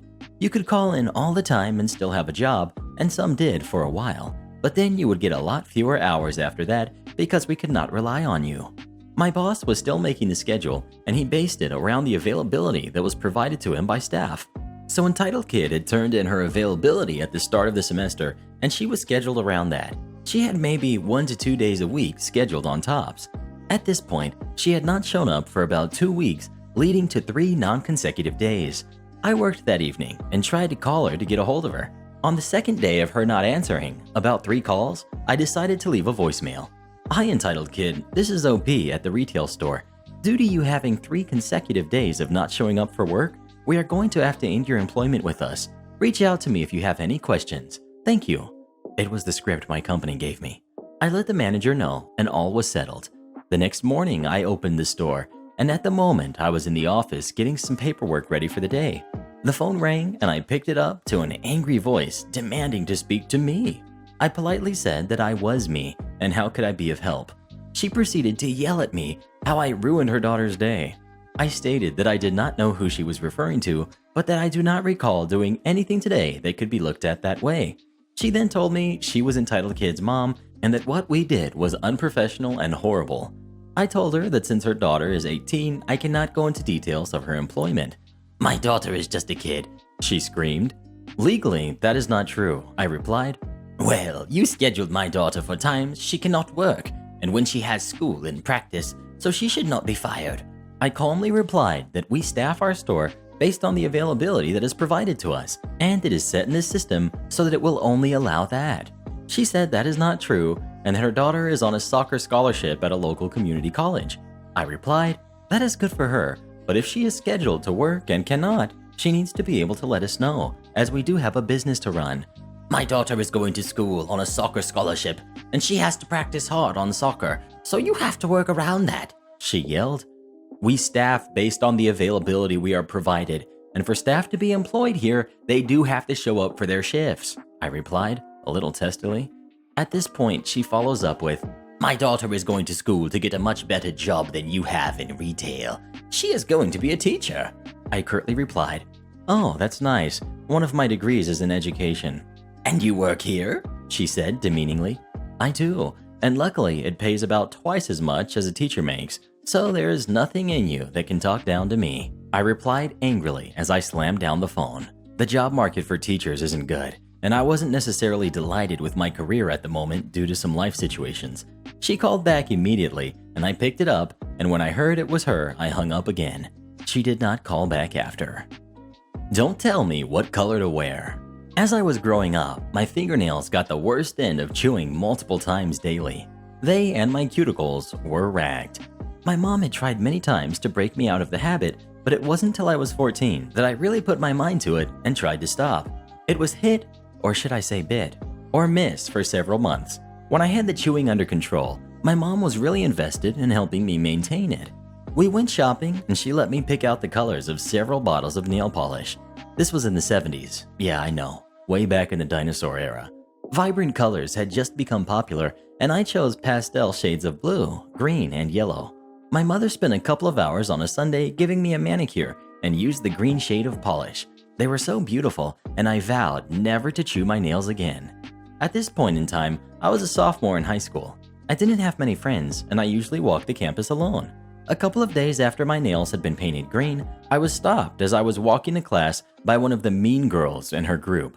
She, who was a senior, said, I heard you're wearing green nail polish. Let me see your hands. I timidly held them out because the rumors about this girl weren't exactly glowing. She looked at my nails and said, Where did you get the polish? And what made you think you could wear it to school? I told her my mother had bought it for me and there weren't any school rules saying I couldn't. Well, I didn't say you could, and you'd better not wear it again. I was genuinely scared because of her reputation. Who was she to tell me what to do? But I wasn't looking forward to her beating me up either. That night, I said goodnight to my parents, went to my room, and sadly, reluctantly removed the polish. The next day, about halfway through the day, I was again spotted by Mean Girl, as always with her Mean Girl crew. She demanded to see my hands, and I told her I wasn't wearing green nail polish. She reached out and grabbed my arm, pulling my hand up. She said, "What did I tell you?" I replied, "You said you didn't want to see the green polish. You never said anything about blue." Mean girl quickly let go of my arm, and I really don't remember what she said. All I knew was I was alive and in one piece. For the remainder of her last year at the high school, she would give me dirty looks, but never again spoke to me. Middle school mischief. So when I was about 12, my best friend and I started being allowed to go to the mall by ourselves. I had a cell phone, and as long as we stayed together. My best friend had a super strict mother who was way too obsessed with making her a mini adult while letting her other siblings do pretty much whatever they wanted. Well, this was back in the early 2000s, where Hot Topic was still dark and scary, but was one of the few places to get anime merchandise. This started a few weeks before my best friend's birthday, and my mom had dropped us off so I could get an idea of what to get best friend for her birthday. So we are walking around Hot Topic and looking at the Naruto stuff when I see a graphic t-shirt with her favorite character on it. Me, "Hey, best friend, look, you should get this." Best friend, "Oh, I'm not allowed to have graphic t-shirts." I was confused. It was just a t-shirt. It didn't have anything bad on it like some of those other ones. It was a ninja in a silly pose. He didn't even have a weapon. Me, "Why aren't you allowed to have t-shirts?" Friend, "Mom says I have to always dress like I would for work, and graphic t-shirts aren't appropriate." I really don't like my friend's mom, and honestly thought she was dumb because we were 12. No one is looking for a 12-year-old to manage their car dealership. We go around the mall the rest of the day, and every time she sees these shirts with our favorite characters on them, I can tell she wants them, but she can't buy them. At one point, I convinced her to text her mom and ask about a cute tank top she wanted with Pikachu on it, and told her she could wear it to the gym. Nope, big mistake. Her mom flipped. She showed me the texts, and well, they weren't nice. I was furious, and then came the fatal text. "I forbid you to buy those shirts. You'll look like a slob, like OP." Oh, now it was on. So we went home, and I was still stewing. We never told best friend's mom that I saw that message, and I didn't dare tell my mom. But I thought about my dad, and thought about all the things he has done to tick people off who were rude to him like that, with malicious compliance and mischief. Ding! I then remembered the key words in the text. When it came time for me to buy a present for my friend, I bought her all those shirts that we had seen and a few more I knew she would love, and wrapped them in a gift box.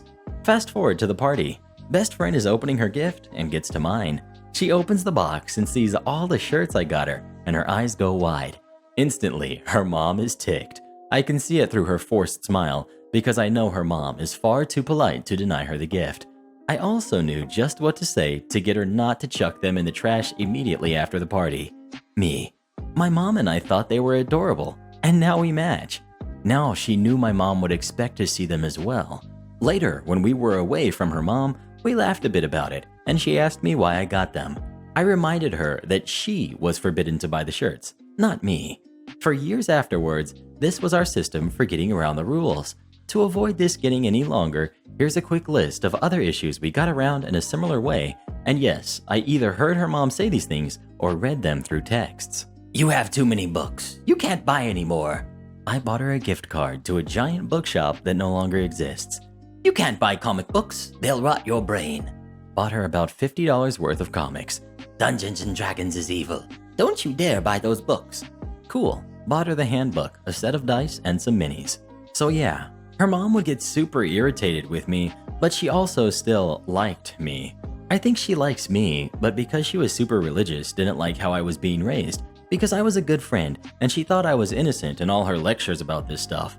I would never buy her anything that was actually bad, just things that were harmless and made her happy.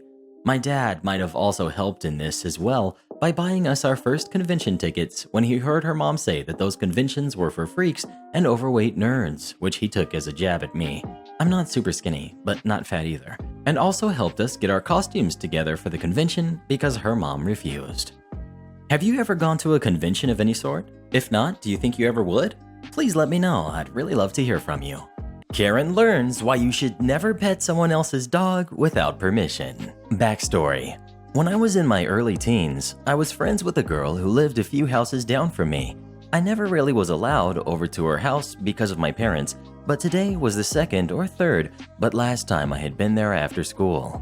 My mom stopped by, as she for some reason latched on really quickly to my friend's mom, and would periodically stop by to complain about her crappy marriage to her. As you can imagine, my friend's mom didn't really like this, but she was always polite. They have a dog who was a rescue, as he had come from a bad home that hurt him. On top of this, he was a senior and had a ton of medical conditions.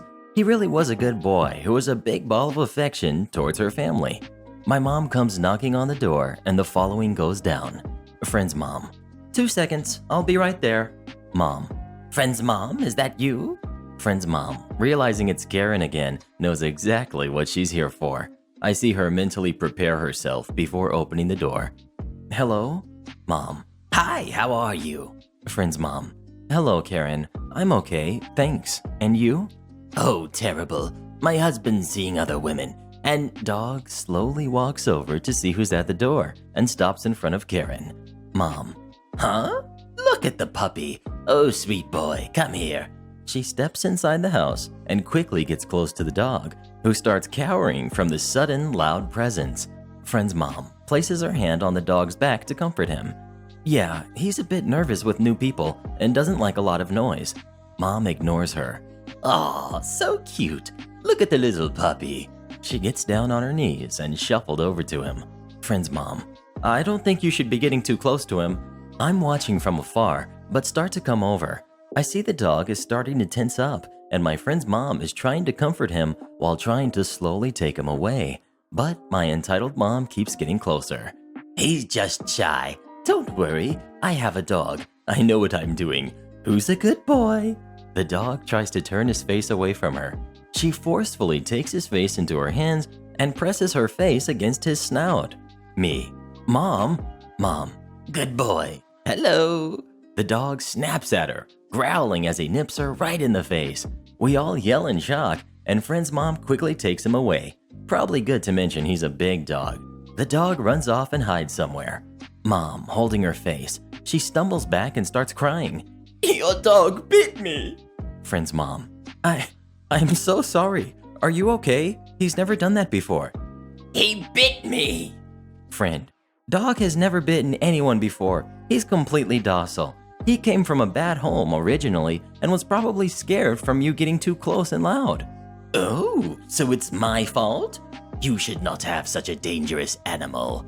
They try to calm her down while she argues and shouts to all the neighbors about their aggressive dog. She refuses to let go of her face and is still crying. Somehow, we manage to convince her to show us her face. Not even a scratch. Not even any slobber. The dog must have just snapped as a warning rather than actually causing any harm. Yet, she's still insisting he hurt her and implies he should be euthanized. This upsets us all, of course. My mom tells me to come with her and that she doesn't want me around a dangerous animal. I say goodbye to my friend and follow my mom outside. My friend's mom, despite the whole ordeal, was the bigger person and walked us out. My mom turns to her and suddenly seems unbothered by her supposedly injured face. So, about my husband, my marriage is in a really bad place. She starts to go on about how bad my dad is to her, but she shakes her head. Friend's mom. I don't know what to tell you. Mom. Shh, you aren't gonna listen? Friend's mom. You said you wanted to go home because of your face. Yeah, but I'm being nice to you even after your dog bit me. We got home soon after, and my mom was ranting about calling the police, the news, the town, anyone who would listen to her sob story. Instead, she called her friend over to make up a scheme to try and get this poor dog put down, only for both of them to drink way too much wine to remember. I asked my mom how her face was in the morning, and all she responded with was, I don't want to talk about it. The dog is still around today, but ancient as heck. Still a good boy. Has anyone ever tried to pet your dog without permission? If so, how did you handle it? Random Karen takes my stuffed animal during my vacation to Disney World. My favorite Disney movie is Alice in Wonderland, and one year my family took a trip down to Disney World. I immediately went to the Disney store at Magic Kingdom and bought a Cheshire Cat plush because he's my favorite character. I put it in my backpack, but it wasn't small enough, so its head and front paws stuck out the top with the two zippers securing it in place. Well, my brothers, 15 and 16 at the time, didn't like Disney animated movies and wanted to ride the Tower of Terror ride. My mom also didn't want to ride the Mad Tea Party ride over and over while we waited for my brothers to get on the bus, go to the park, ride the ride, then come back. So she went with them. I was 13 at the time, so I had a cell phone and $100 that I saved over the past year, so my mom left me at Magic Kingdom while she went with my brothers to go to Hollywood Studios. I did the most obvious thing and immediately went to the Mad Tea Party and waited in line. Here come our cast. We've got me, we've got Entitled Mom, and Entitled Kid. Mostly innocent, but I don't know what to call him. I found the ride and stood in line. It was fairly short, so in the next turn or two, I would get to ride. That's when Entitled Kid and Entitled Mom get in line behind me. I feel a tug on my backpack and turn around. I see Entitled Kid reaching for my plush. Can I play with the kitty? He asks. He looks like he's about 6. Sorry, but I just bought it and I don't want it to get ruined, I say, and just to be safe, I take it out of the bag and hold it. Entitled Kid starts crying. Entitled Mom shoots daggers at me and yells, What did you say to my son? I jumped in surprise, so did other people in the line. I just said he couldn't play with my Cheshire plush. Spoiled brat. Give my son that stuffed animal. He deserves it, and spoiled brats like you don't. She tried to rip the plush from my hands. I did the only thing I could think of. I started growling like a cat. The Entitled Mom started screaming and calling me a werewolf. Until a security guard, I think he was wearing the same outfit as the people who check your bags, we'll call him security guard. What is going on here? He asked. This thief stole my son's plush. And then growled at us. This thief stole my son's plush, then growled at us, Entitled Mom said, pointing at me. Instantly, people came to my defense, saying things like it was my plush. Security guard put up a hand to silence everyone, then asked me, Did you take the plush? I answered, No, it was mine to begin with. Her kid asked to play with it, and I said no. Then she yelled at me and tried to take it. She's lying, Entitled Mom yelled. Raise your hand if Entitled Mom had the plush first, security guard said to the other people in line. None of them raised their hands. Looks like you're the liar, ma'am. If you continue this behavior, then I will have to kick you out of the park, security guard said to Entitled Mom. I'm sorry, miss, he said to me. I just nodded, took my plush back, and waited calmly in line while Entitled Mom stared daggers at my back. I don't know what happened to her or her kid after that. I just rode the ride like 3 times and explored the park before my brothers and my mom came back. Speaking of Disney World, what's your favorite theme park of all time? Please let me know. Karen demands that I leave a public library. I know a lot of people make up extravagant stories for Reddit, but I can assure you, I am not one of them. So I never thought I would meet an entitled person like this, but here we go. Alright, so I was hanging out in the library with 2 friends of mine, and we were working on a presentation we had to get done as a group project. We're in a library, but we're in the part with a bunch of computers and everything, so it's a lot less quiet. Me and my friends are still talking in hushed tones, and at some point, one of us laughs, and the woman next to us, who seems to be quite a bit older than us, then turns and the conversation goes a little like this. Karen. Can you leave? Me. What? You're talking, and you shouldn't be here just to play games. Me. Excuse me, but we're working on a presentation. You're not working. You're laughing. Sorry to disturb you, but I can assure you that we're working. I turn back to the presentation, and my friends, who were dumbfounded and didn't say anything, giggle quietly. The thing is, I go to libraries a lot and understand that she would want some quiet, but I really wouldn't make too much noise, and even if I did, she would know that we're working. We just started talking even more quietly and continue working. Mind you that there were 3 boys opposite us that were talking really loud and a group of guys that we knew in the next room over that we could still hear. She pays no mind to them. I made a joke and one of my friends laughs again. Karen. You have to leave. Me. Why? We didn't do anything. You're not working and you're laughing. Me, aware that she made the same point twice because she has nothing better to say. What? Is it illegal to laugh? And if it's bothering you so much, maybe you should move to another computer. Keep in mind, I said this as politely as I could considering how irritated I was. And there were 2 separate floors with loads of free computers, and I would have probably offered to move had she not been so rude about it. You know, when I was your age, I actually worked. Me. We are working. Can we get back to that, please? Or is that bothering you too? You're so disrespectful. You have to leave. No, I don't. I'm taking advantage of the facilities at my disposal instead of wasting my time on berating students. So disrespectful. She gets back to whatever she was doing on her computer and keeps periodically looking at us and muttering under her breath. When we do finally pick up our stuff, she yells after me. Put away your chair. Don't leave a mess. I was in the middle of putting the chair away when she said that, but I ignored her and left with my friends. Funny thing is, I'm pretty sure she made more noise by getting mad at us than we ever did in the library. We're not allowed to eat where the residents can see us? I hope you don't mind your phone ringing off the hook. I work in a nursing home on the 3 to 11 shift as a certified nursing assistant. What happens a lot is that CNAs will go to get food around 7:30 or 8 after they've put majority of their residents to bed. Some of the residents figured out when we normally eat lunch and come out to passively beg for our food or try to give us money to go get them some. Legally, we can't touch their money, especially if we have pizza. Don't even mention the word pizza in a nursing home unless you want a mob of people around you. A few residents complained about the CNAs teasing them with food they can't have by eating in front of them. The facility made it a rule that we could not eat where the residents can see us. The problem is, the break room is a side room attached to the dining room.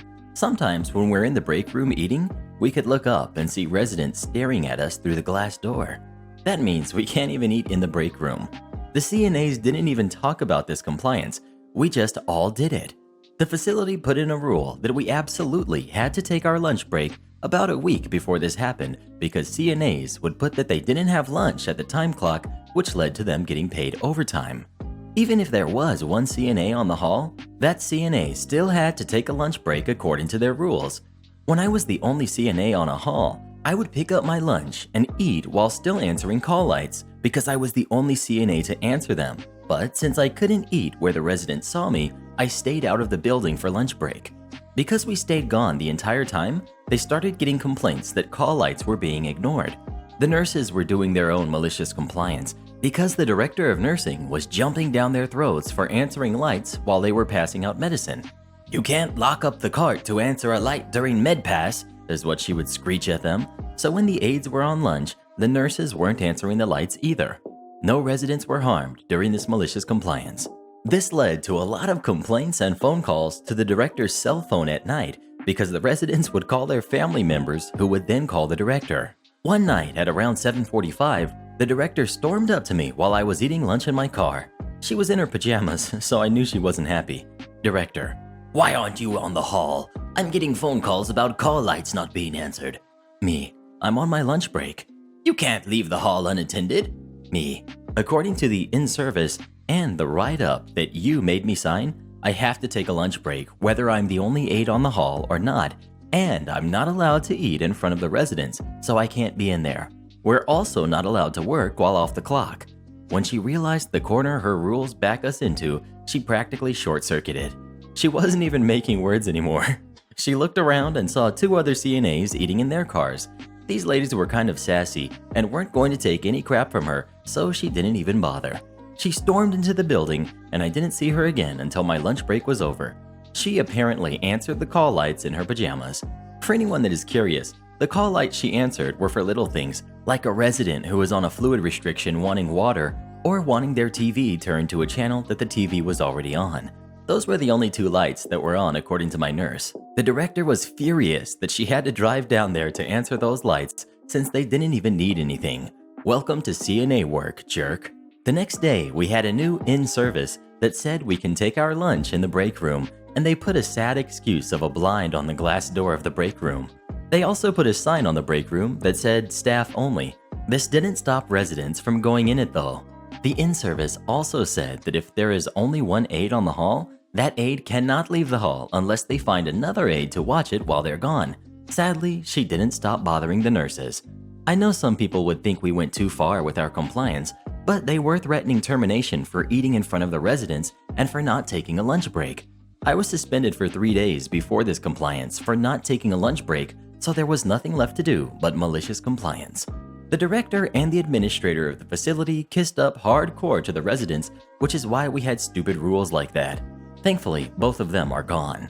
I was told by the next director that the write-up and suspension would not be on my record and they paid me for the 3 days I missed because there was no wrongdoing. My mom threw stuff at me because I refused to go to my grandma's house. This happened 2 years ago on a school holiday. The only thing I did was play games and overall just do my own thing, and since it was the holidays, me and my mom often go to my grandma's house to just come and visit her and see how she's doing, etc. For the first few days, I went with her to visit my grandma. Then, after a few days went by, my mom asked me if I wanted to go, but this time I refused. No reason really, I just didn't want to go because we visit her so often, and I just wanted this one whole day to myself, and the holiday was still long, so we could still visit her any other day. But apparently, saying no was the wrong thing to say. My mom started acting crazy and threw things at me like laundry, shoes, trash can, and anything else that could be thrown at me. She started screaming about how ungrateful I am and how I talk back to her and other things. She blamed the affair of my dad on me. She even told me how useless I am and that I never listened to her anymore. I can't even lie about this, but she literally screamed and threw things at me for an hour. She kept on berating on how useless and spoiled I am, that I don't even want to see my grandma. I don't even know how I made her this angry. All I said was, no, in a calming manner, and this happened. It's been a long time, so I don't really remember much of what she said, but I'll try to do my best to rephrase it. Why are you so selfish? Why don't you want to see your grandmother? I'm sorry, I just didn't want to, because we— Don't talk back to me. I am your mother and you should listen to me. I take care and raised you for so many years, And this is what you do to me?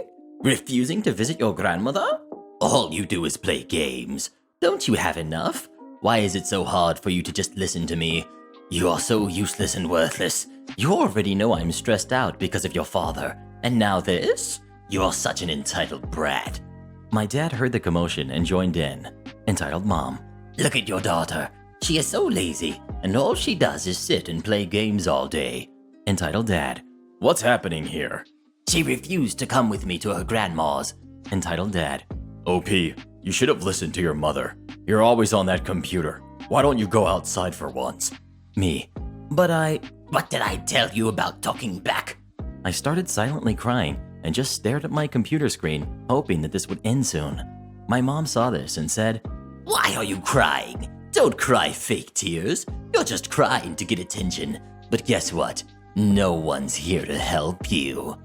After an hour passed, it finally stopped. She also told me to apologize to her for refusing to come. Sadly, there's no happy ending to this, and I reluctantly apologized to her, and even then she told me that, This is why I sometimes wish that your friends were my daughters, because they at least respect their parents, unlike you. Don't explain to me how the time clock works until I'm missing hours, and I will abuse the system. I left the job I had been at for over 20 years to work for the town government where I lived. I had been salaried, but had burned out and took a job with a lot less stress, but also an hourly position. I was about 6 months into the job when I was looking at my hours for the week. I was expecting to be into overtime if I stayed until 5. I was planning to ask if I could leave whenever I hit 40 hours since it would be before 5. I realized my hours for the week were going to be short, even if I worked until 5.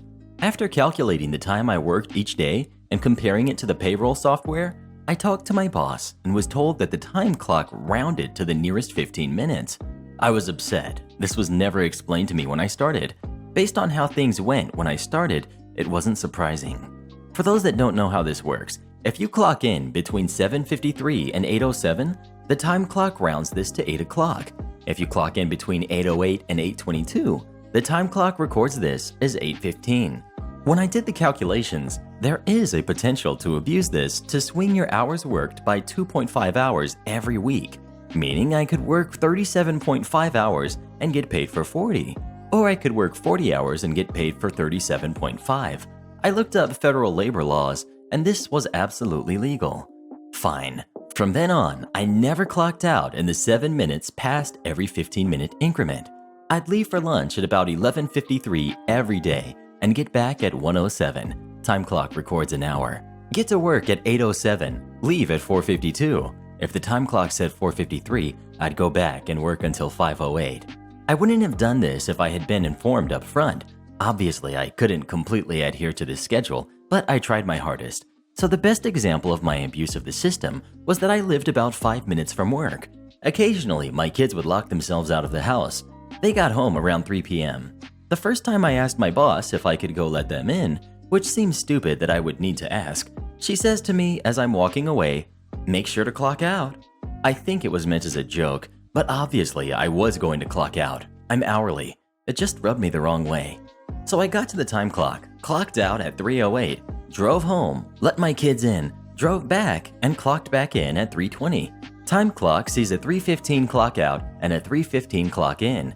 If she hadn't said anything, I wouldn't have rushed home or back, and I would have had to make up that time. If how the time clock worked had been explained to me when I started, I wouldn't have abused it.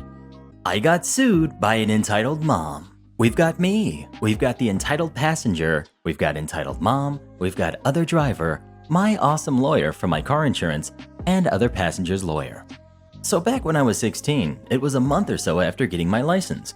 I was leaving school and in traffic, just the very slow, move a car length at a time on a street not designed to be that busy, 15 miles per hour tops. I dropped something and stupidly glanced down for a second, and in the process, my foot lifted off the brake some. Bump.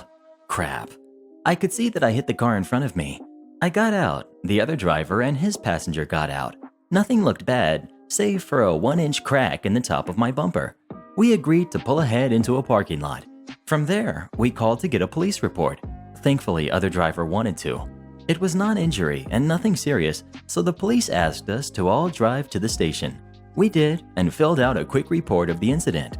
All were friendly, and other driver and seemingly entitled passenger were friendly, and no hard feelings. Other driver's car was assessed for no damage, and mine had no internal damage, so I glued the crack. Other driver and I even had a class together, and he was friendly with me, said he had a stiff muscle in his neck, but nothing bad and was totally cool. Entitled passenger and I did not have any classes and didn't interact much, but would pass in the hall and no out of the ordinary interactions. I did not think much about it after that and was just more careful while driving. Lesson learned, luckily, at the minimal cost other than a higher insurance rate for a while. Fast forward 5.5 years.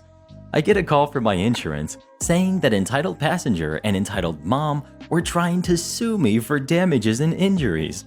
They were awesome about it and already had an in-house lawyer working on my case. I met with her and went over my story in details. She told me the case looked bogus and stupid and that there was little chance of this going anywhere. We did have to do a dissertation. They were suing me for injuries incurred in the accident and for all the physical and massage therapy she had treated him for over the past 5 years. Something like $200,000 worth they were claiming. I sat in the lobby of the other lawyer's office with Awesome Lawyer and went over how it would go, then went up to start. We were in a large conference room, Awesome Lawyer and me on one side of the table, a court reporter on an end, and other lawyer on the other side. Entitled parent had not arrived yet, so we all just chatted. Turns out I was going to the school other lawyer attended, and we had a nice chat.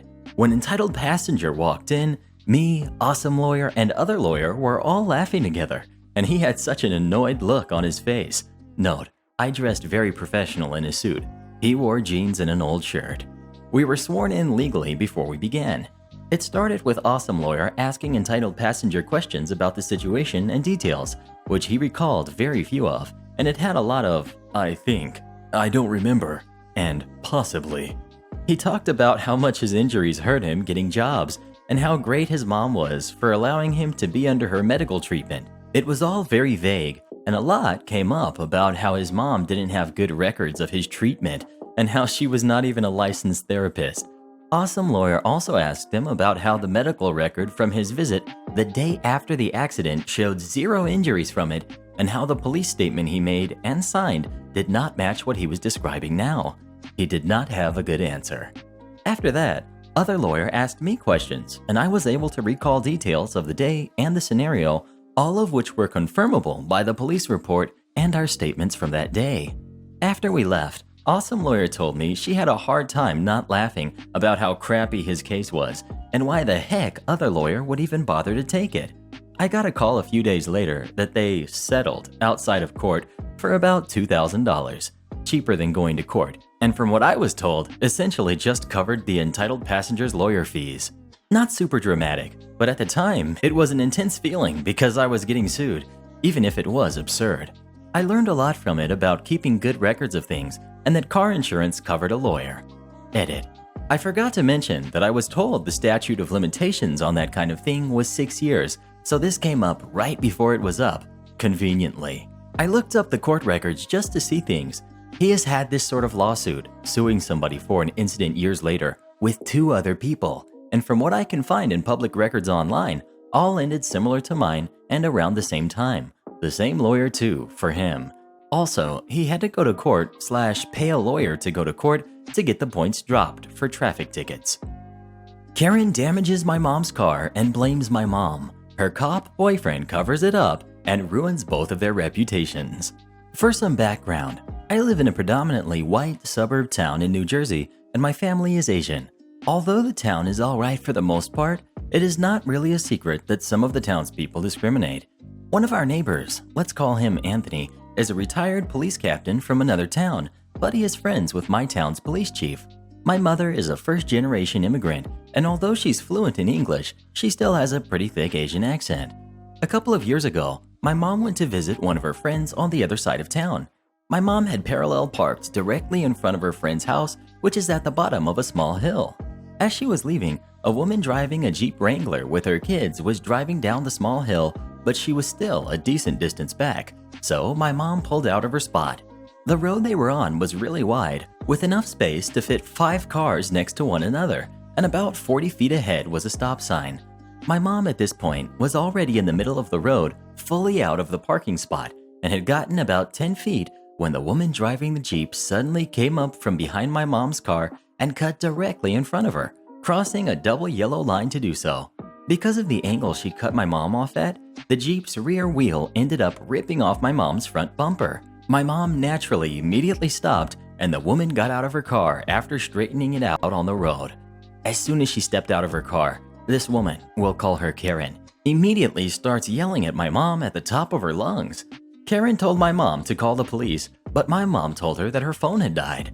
My mom's friend and her son, as well as the neighbor, came out of the house after hearing the commotion to see what had happened. The neighbor, an elderly man, asked what happened and Karen yelled, Are you blind? An accident happened. Go call the police. I need to call my boyfriend. The son had taken a law class in college, so he offered to take a bunch of pictures of the scene of the accident and send them to my mom later. This becomes super important later. The neighbor calls the police, but Karen's boyfriend arrives at the scene first. When the cop, let's call him Kenny, finally arrives, he asked my mom what happened.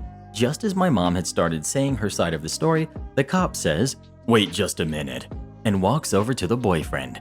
As it turns out, the boyfriend, we'll call him Sam, was a cop in the town who was pretty popular with the kids in the middle schools since he would occasionally visit to talk to them about things like DARE and other things in assemblies.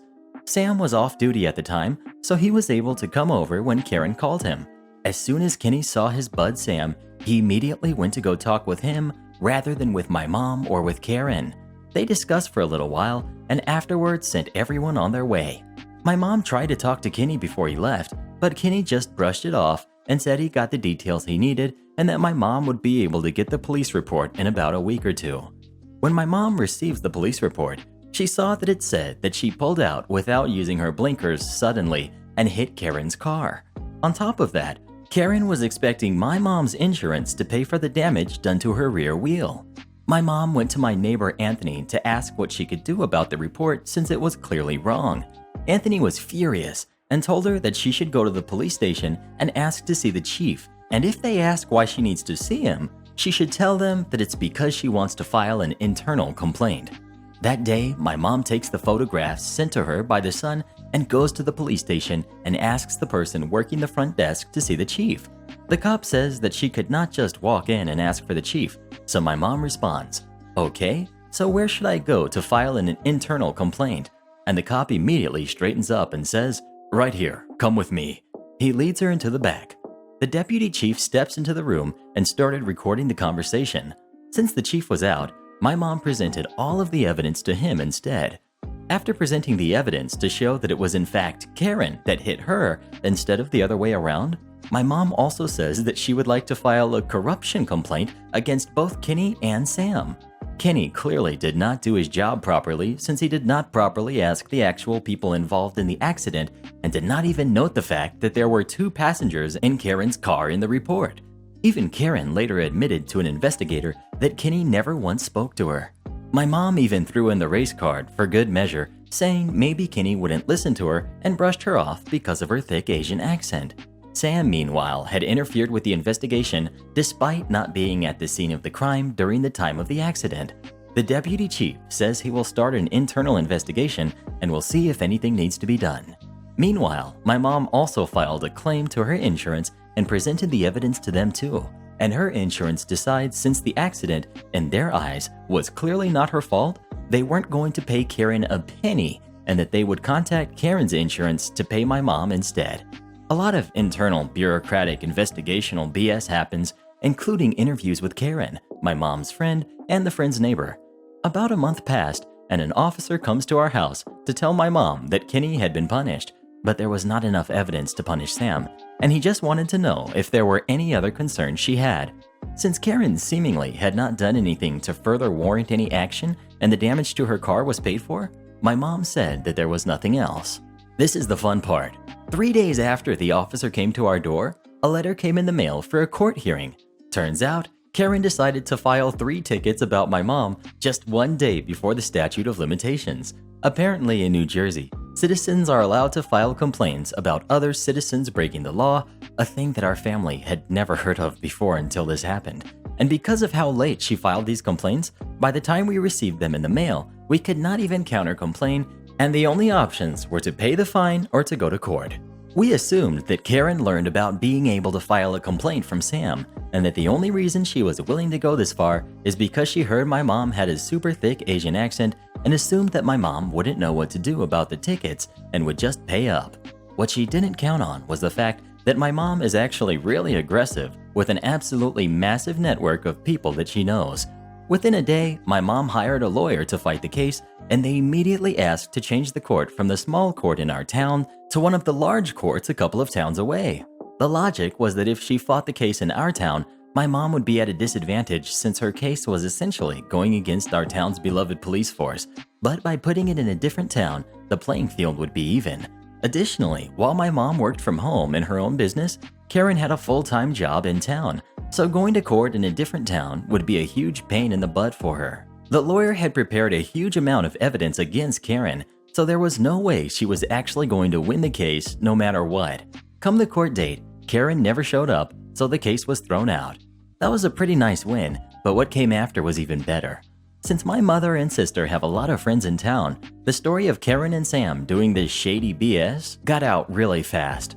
Soon, half the town had heard about it, and suddenly Karen and Sam went from 2 favorites in the town because of Sam's reputation to 2 of the most underhanded and nasty people. Sam stopped getting invited to school assemblies, and Karen was ostracized in her kid's school's PTA.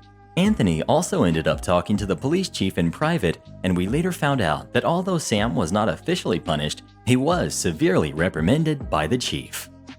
Giving an employee the new truck as he asked for. Hello, people of Reddit.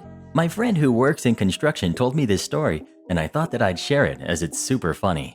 So for your information, this happened in 2015. When the company had ordered 20 new fleet trucks, they were going good for everyone, except for this guy. We'll call Bert. He somehow kept damaging the newer trucks. When he damaged his second truck, the supervisor kept complying and giving him a new truck as he asked for. Meet everyone.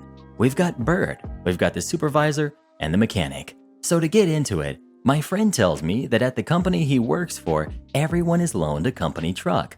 They are responsible for making sure that the truck is okay and that everything is going smoothly. When repairs are needed, you take it to the company mechanic, and they take care of things. The supervisor handed everyone a key to their new truck, and it went like this. Supervisor: Hey everybody, I'm sure as you saw today, our new trucks came in, so everybody line up and get a key to your truck. Everyone gets their key and goes forward with their work week. Then Bert comes to the mechanic with his truck, and he said, It's feeling sluggish. Mechanic said to Bert 25 minutes later, Well, figured what is wrong with your truck? Bert: What's going on? Mechanic: Apparently, you damaged the drive shaft. Oh, wow. I wonder how that happened. Now, mechanic in his report said that there was a lot of dirt under the bay of the truck. Since they are new, mechanic made the assumption that he likely went off-roading and damaged it. The company had 2 new spare trucks. Bert apparently came into supervisor's office and said, I need a new truck. Supervisor, wait, what happened to yours? The drive shift is damaged. Supervisor, okay, well, we have another truck you can borrow until yours is fixed. Just be more careful. Bert, with an unappreciative tone, said, Fine. and later drove off. 3 days later, a AAA flatbed delivered his loaner to the yard. He apparently snapped the front left axle and sustained some bumper damage to the truck. Supervisor is mad. Bert then comes into the office and tells Supervisor, I need a new truck. Supervisor, yeah, I see, pointing to the flatbed with the truck on it. So Supervisor gives him a new truck as he asked for, a 1989 Ford F-150. Bert, This truck isn't new. Supervisor, yeah, it's new to you. Why can't I have a newer one?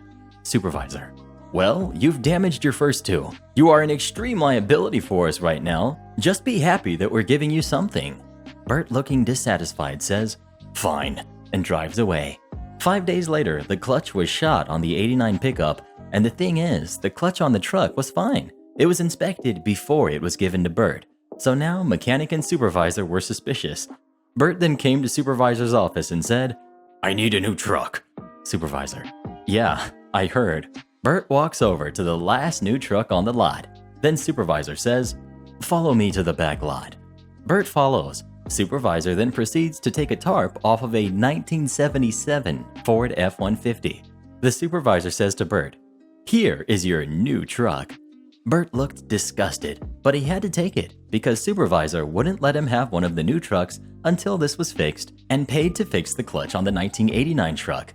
Needless to say, Bert never broke his truck again. As the yard had an even older 1969 Ford, Bert probably realized that if he didn't shape up his driving, that he would once again get a new truck.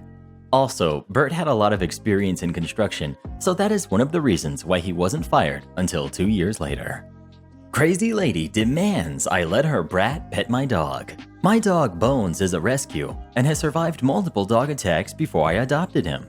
As a result, he dislikes other dogs and will nip at them if they get too close.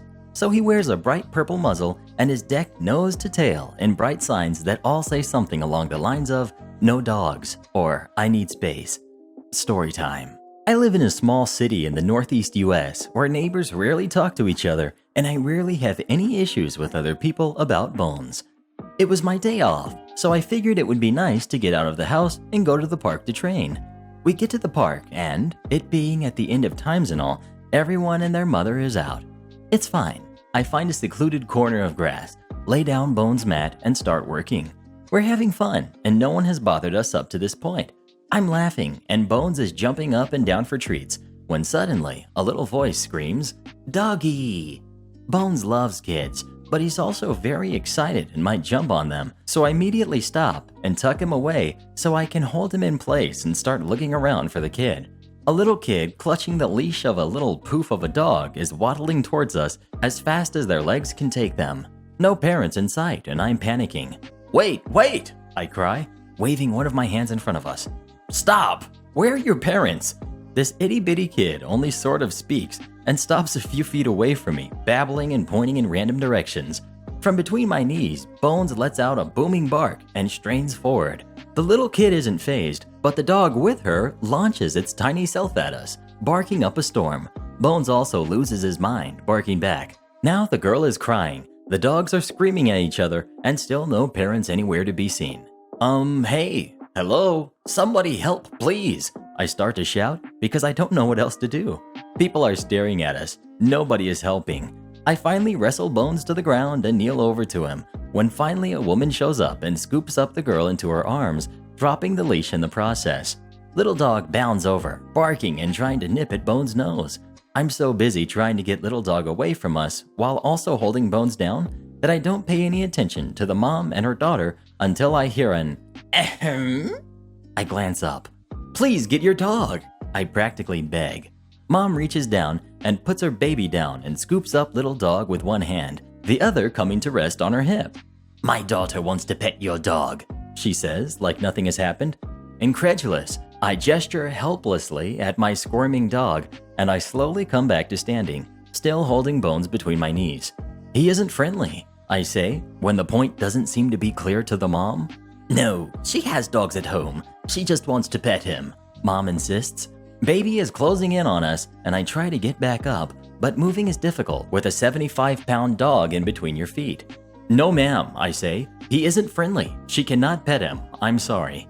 Oh, Says Mom, looking at him. is he a service dog? Now, Bones' vest, with all of his patches, does kind of look like a service dog vest, but I think it's very clear that we are not a service team. No, I repeat, pointing at his muzzle. He is not friendly. If he's not a service dog, then my daughter should be able to pet him. Go on, baby. Give him a pet. Now, call me a bad owner if you will, but I gave up. Her kid was right there and already smacking Bones with her hand. I just grabbed his face and held it away from her and waited for it to be over. See, that wasn't so bad, Mom said, and then she leaned down with little dog still in her hands and pet my muzzled dog. No, I yelled, trying to pull back, but Bones lunged forward, paws outstretched, and punted this woman in the chest. Mom fell back, yelling. Little dog jumped away and ran at Bones. Baby is crying again. I managed to get Bones on the ground before he steps on little dog. Oh, Cries Mom, like she's on a soap opera or something. oh, bad dog, bad dog. She reaches down to, I don't know, smack Bones or something. Stop! I scream at her. I told you he isn't friendly. Please just take your dog and go. Mom kicks at the grass in front of us, grabs her daughter and her dog and stomps away. I sit on the grass, crying, trying to gather my stuff as quickly as possible and book it back home. I was so scared the entire time, waiting for the cops to stop me or something. Yes, I know, I was being dramatic, but I was really scared.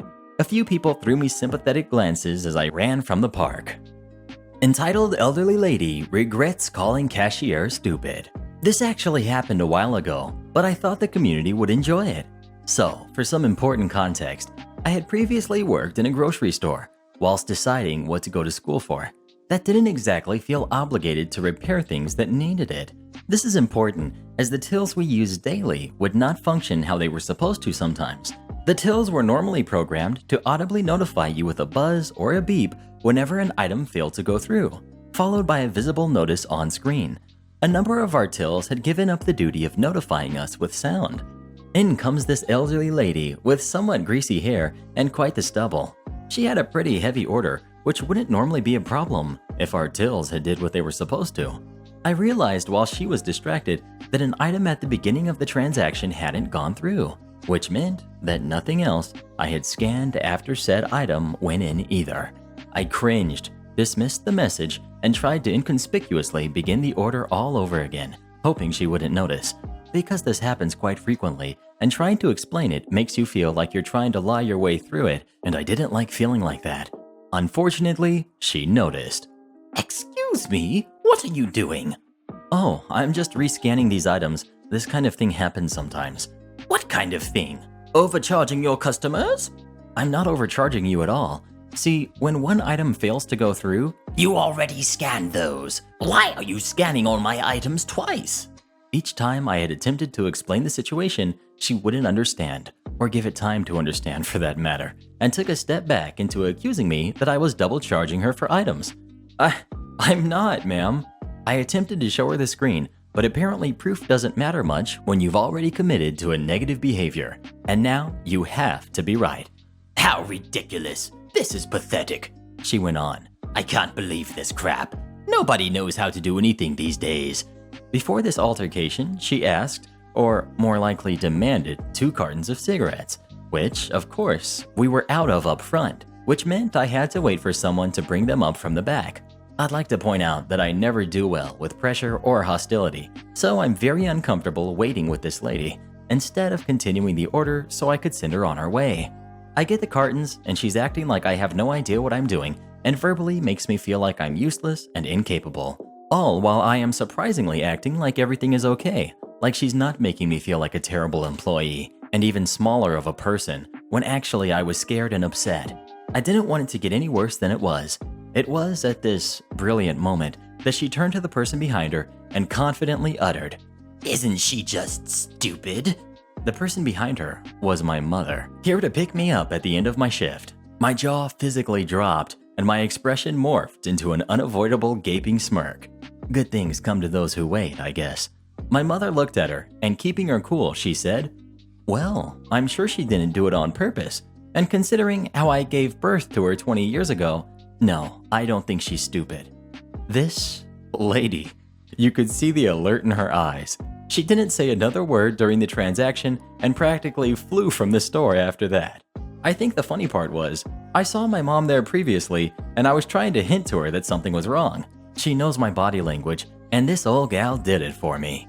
I guess it serves as a lesson not to bring other people into Karen drama when you have no idea who they are.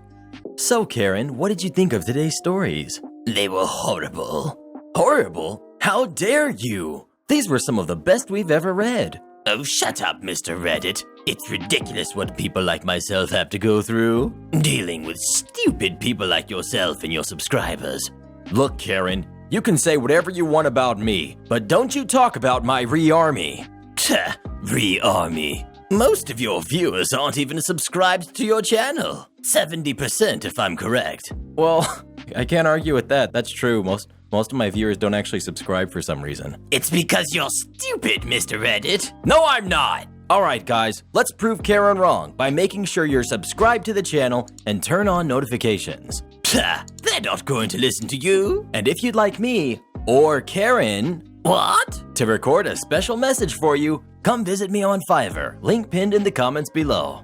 Never. And join as a channel member today, and Karen will give you a special shout out in the next video. Like heck I will.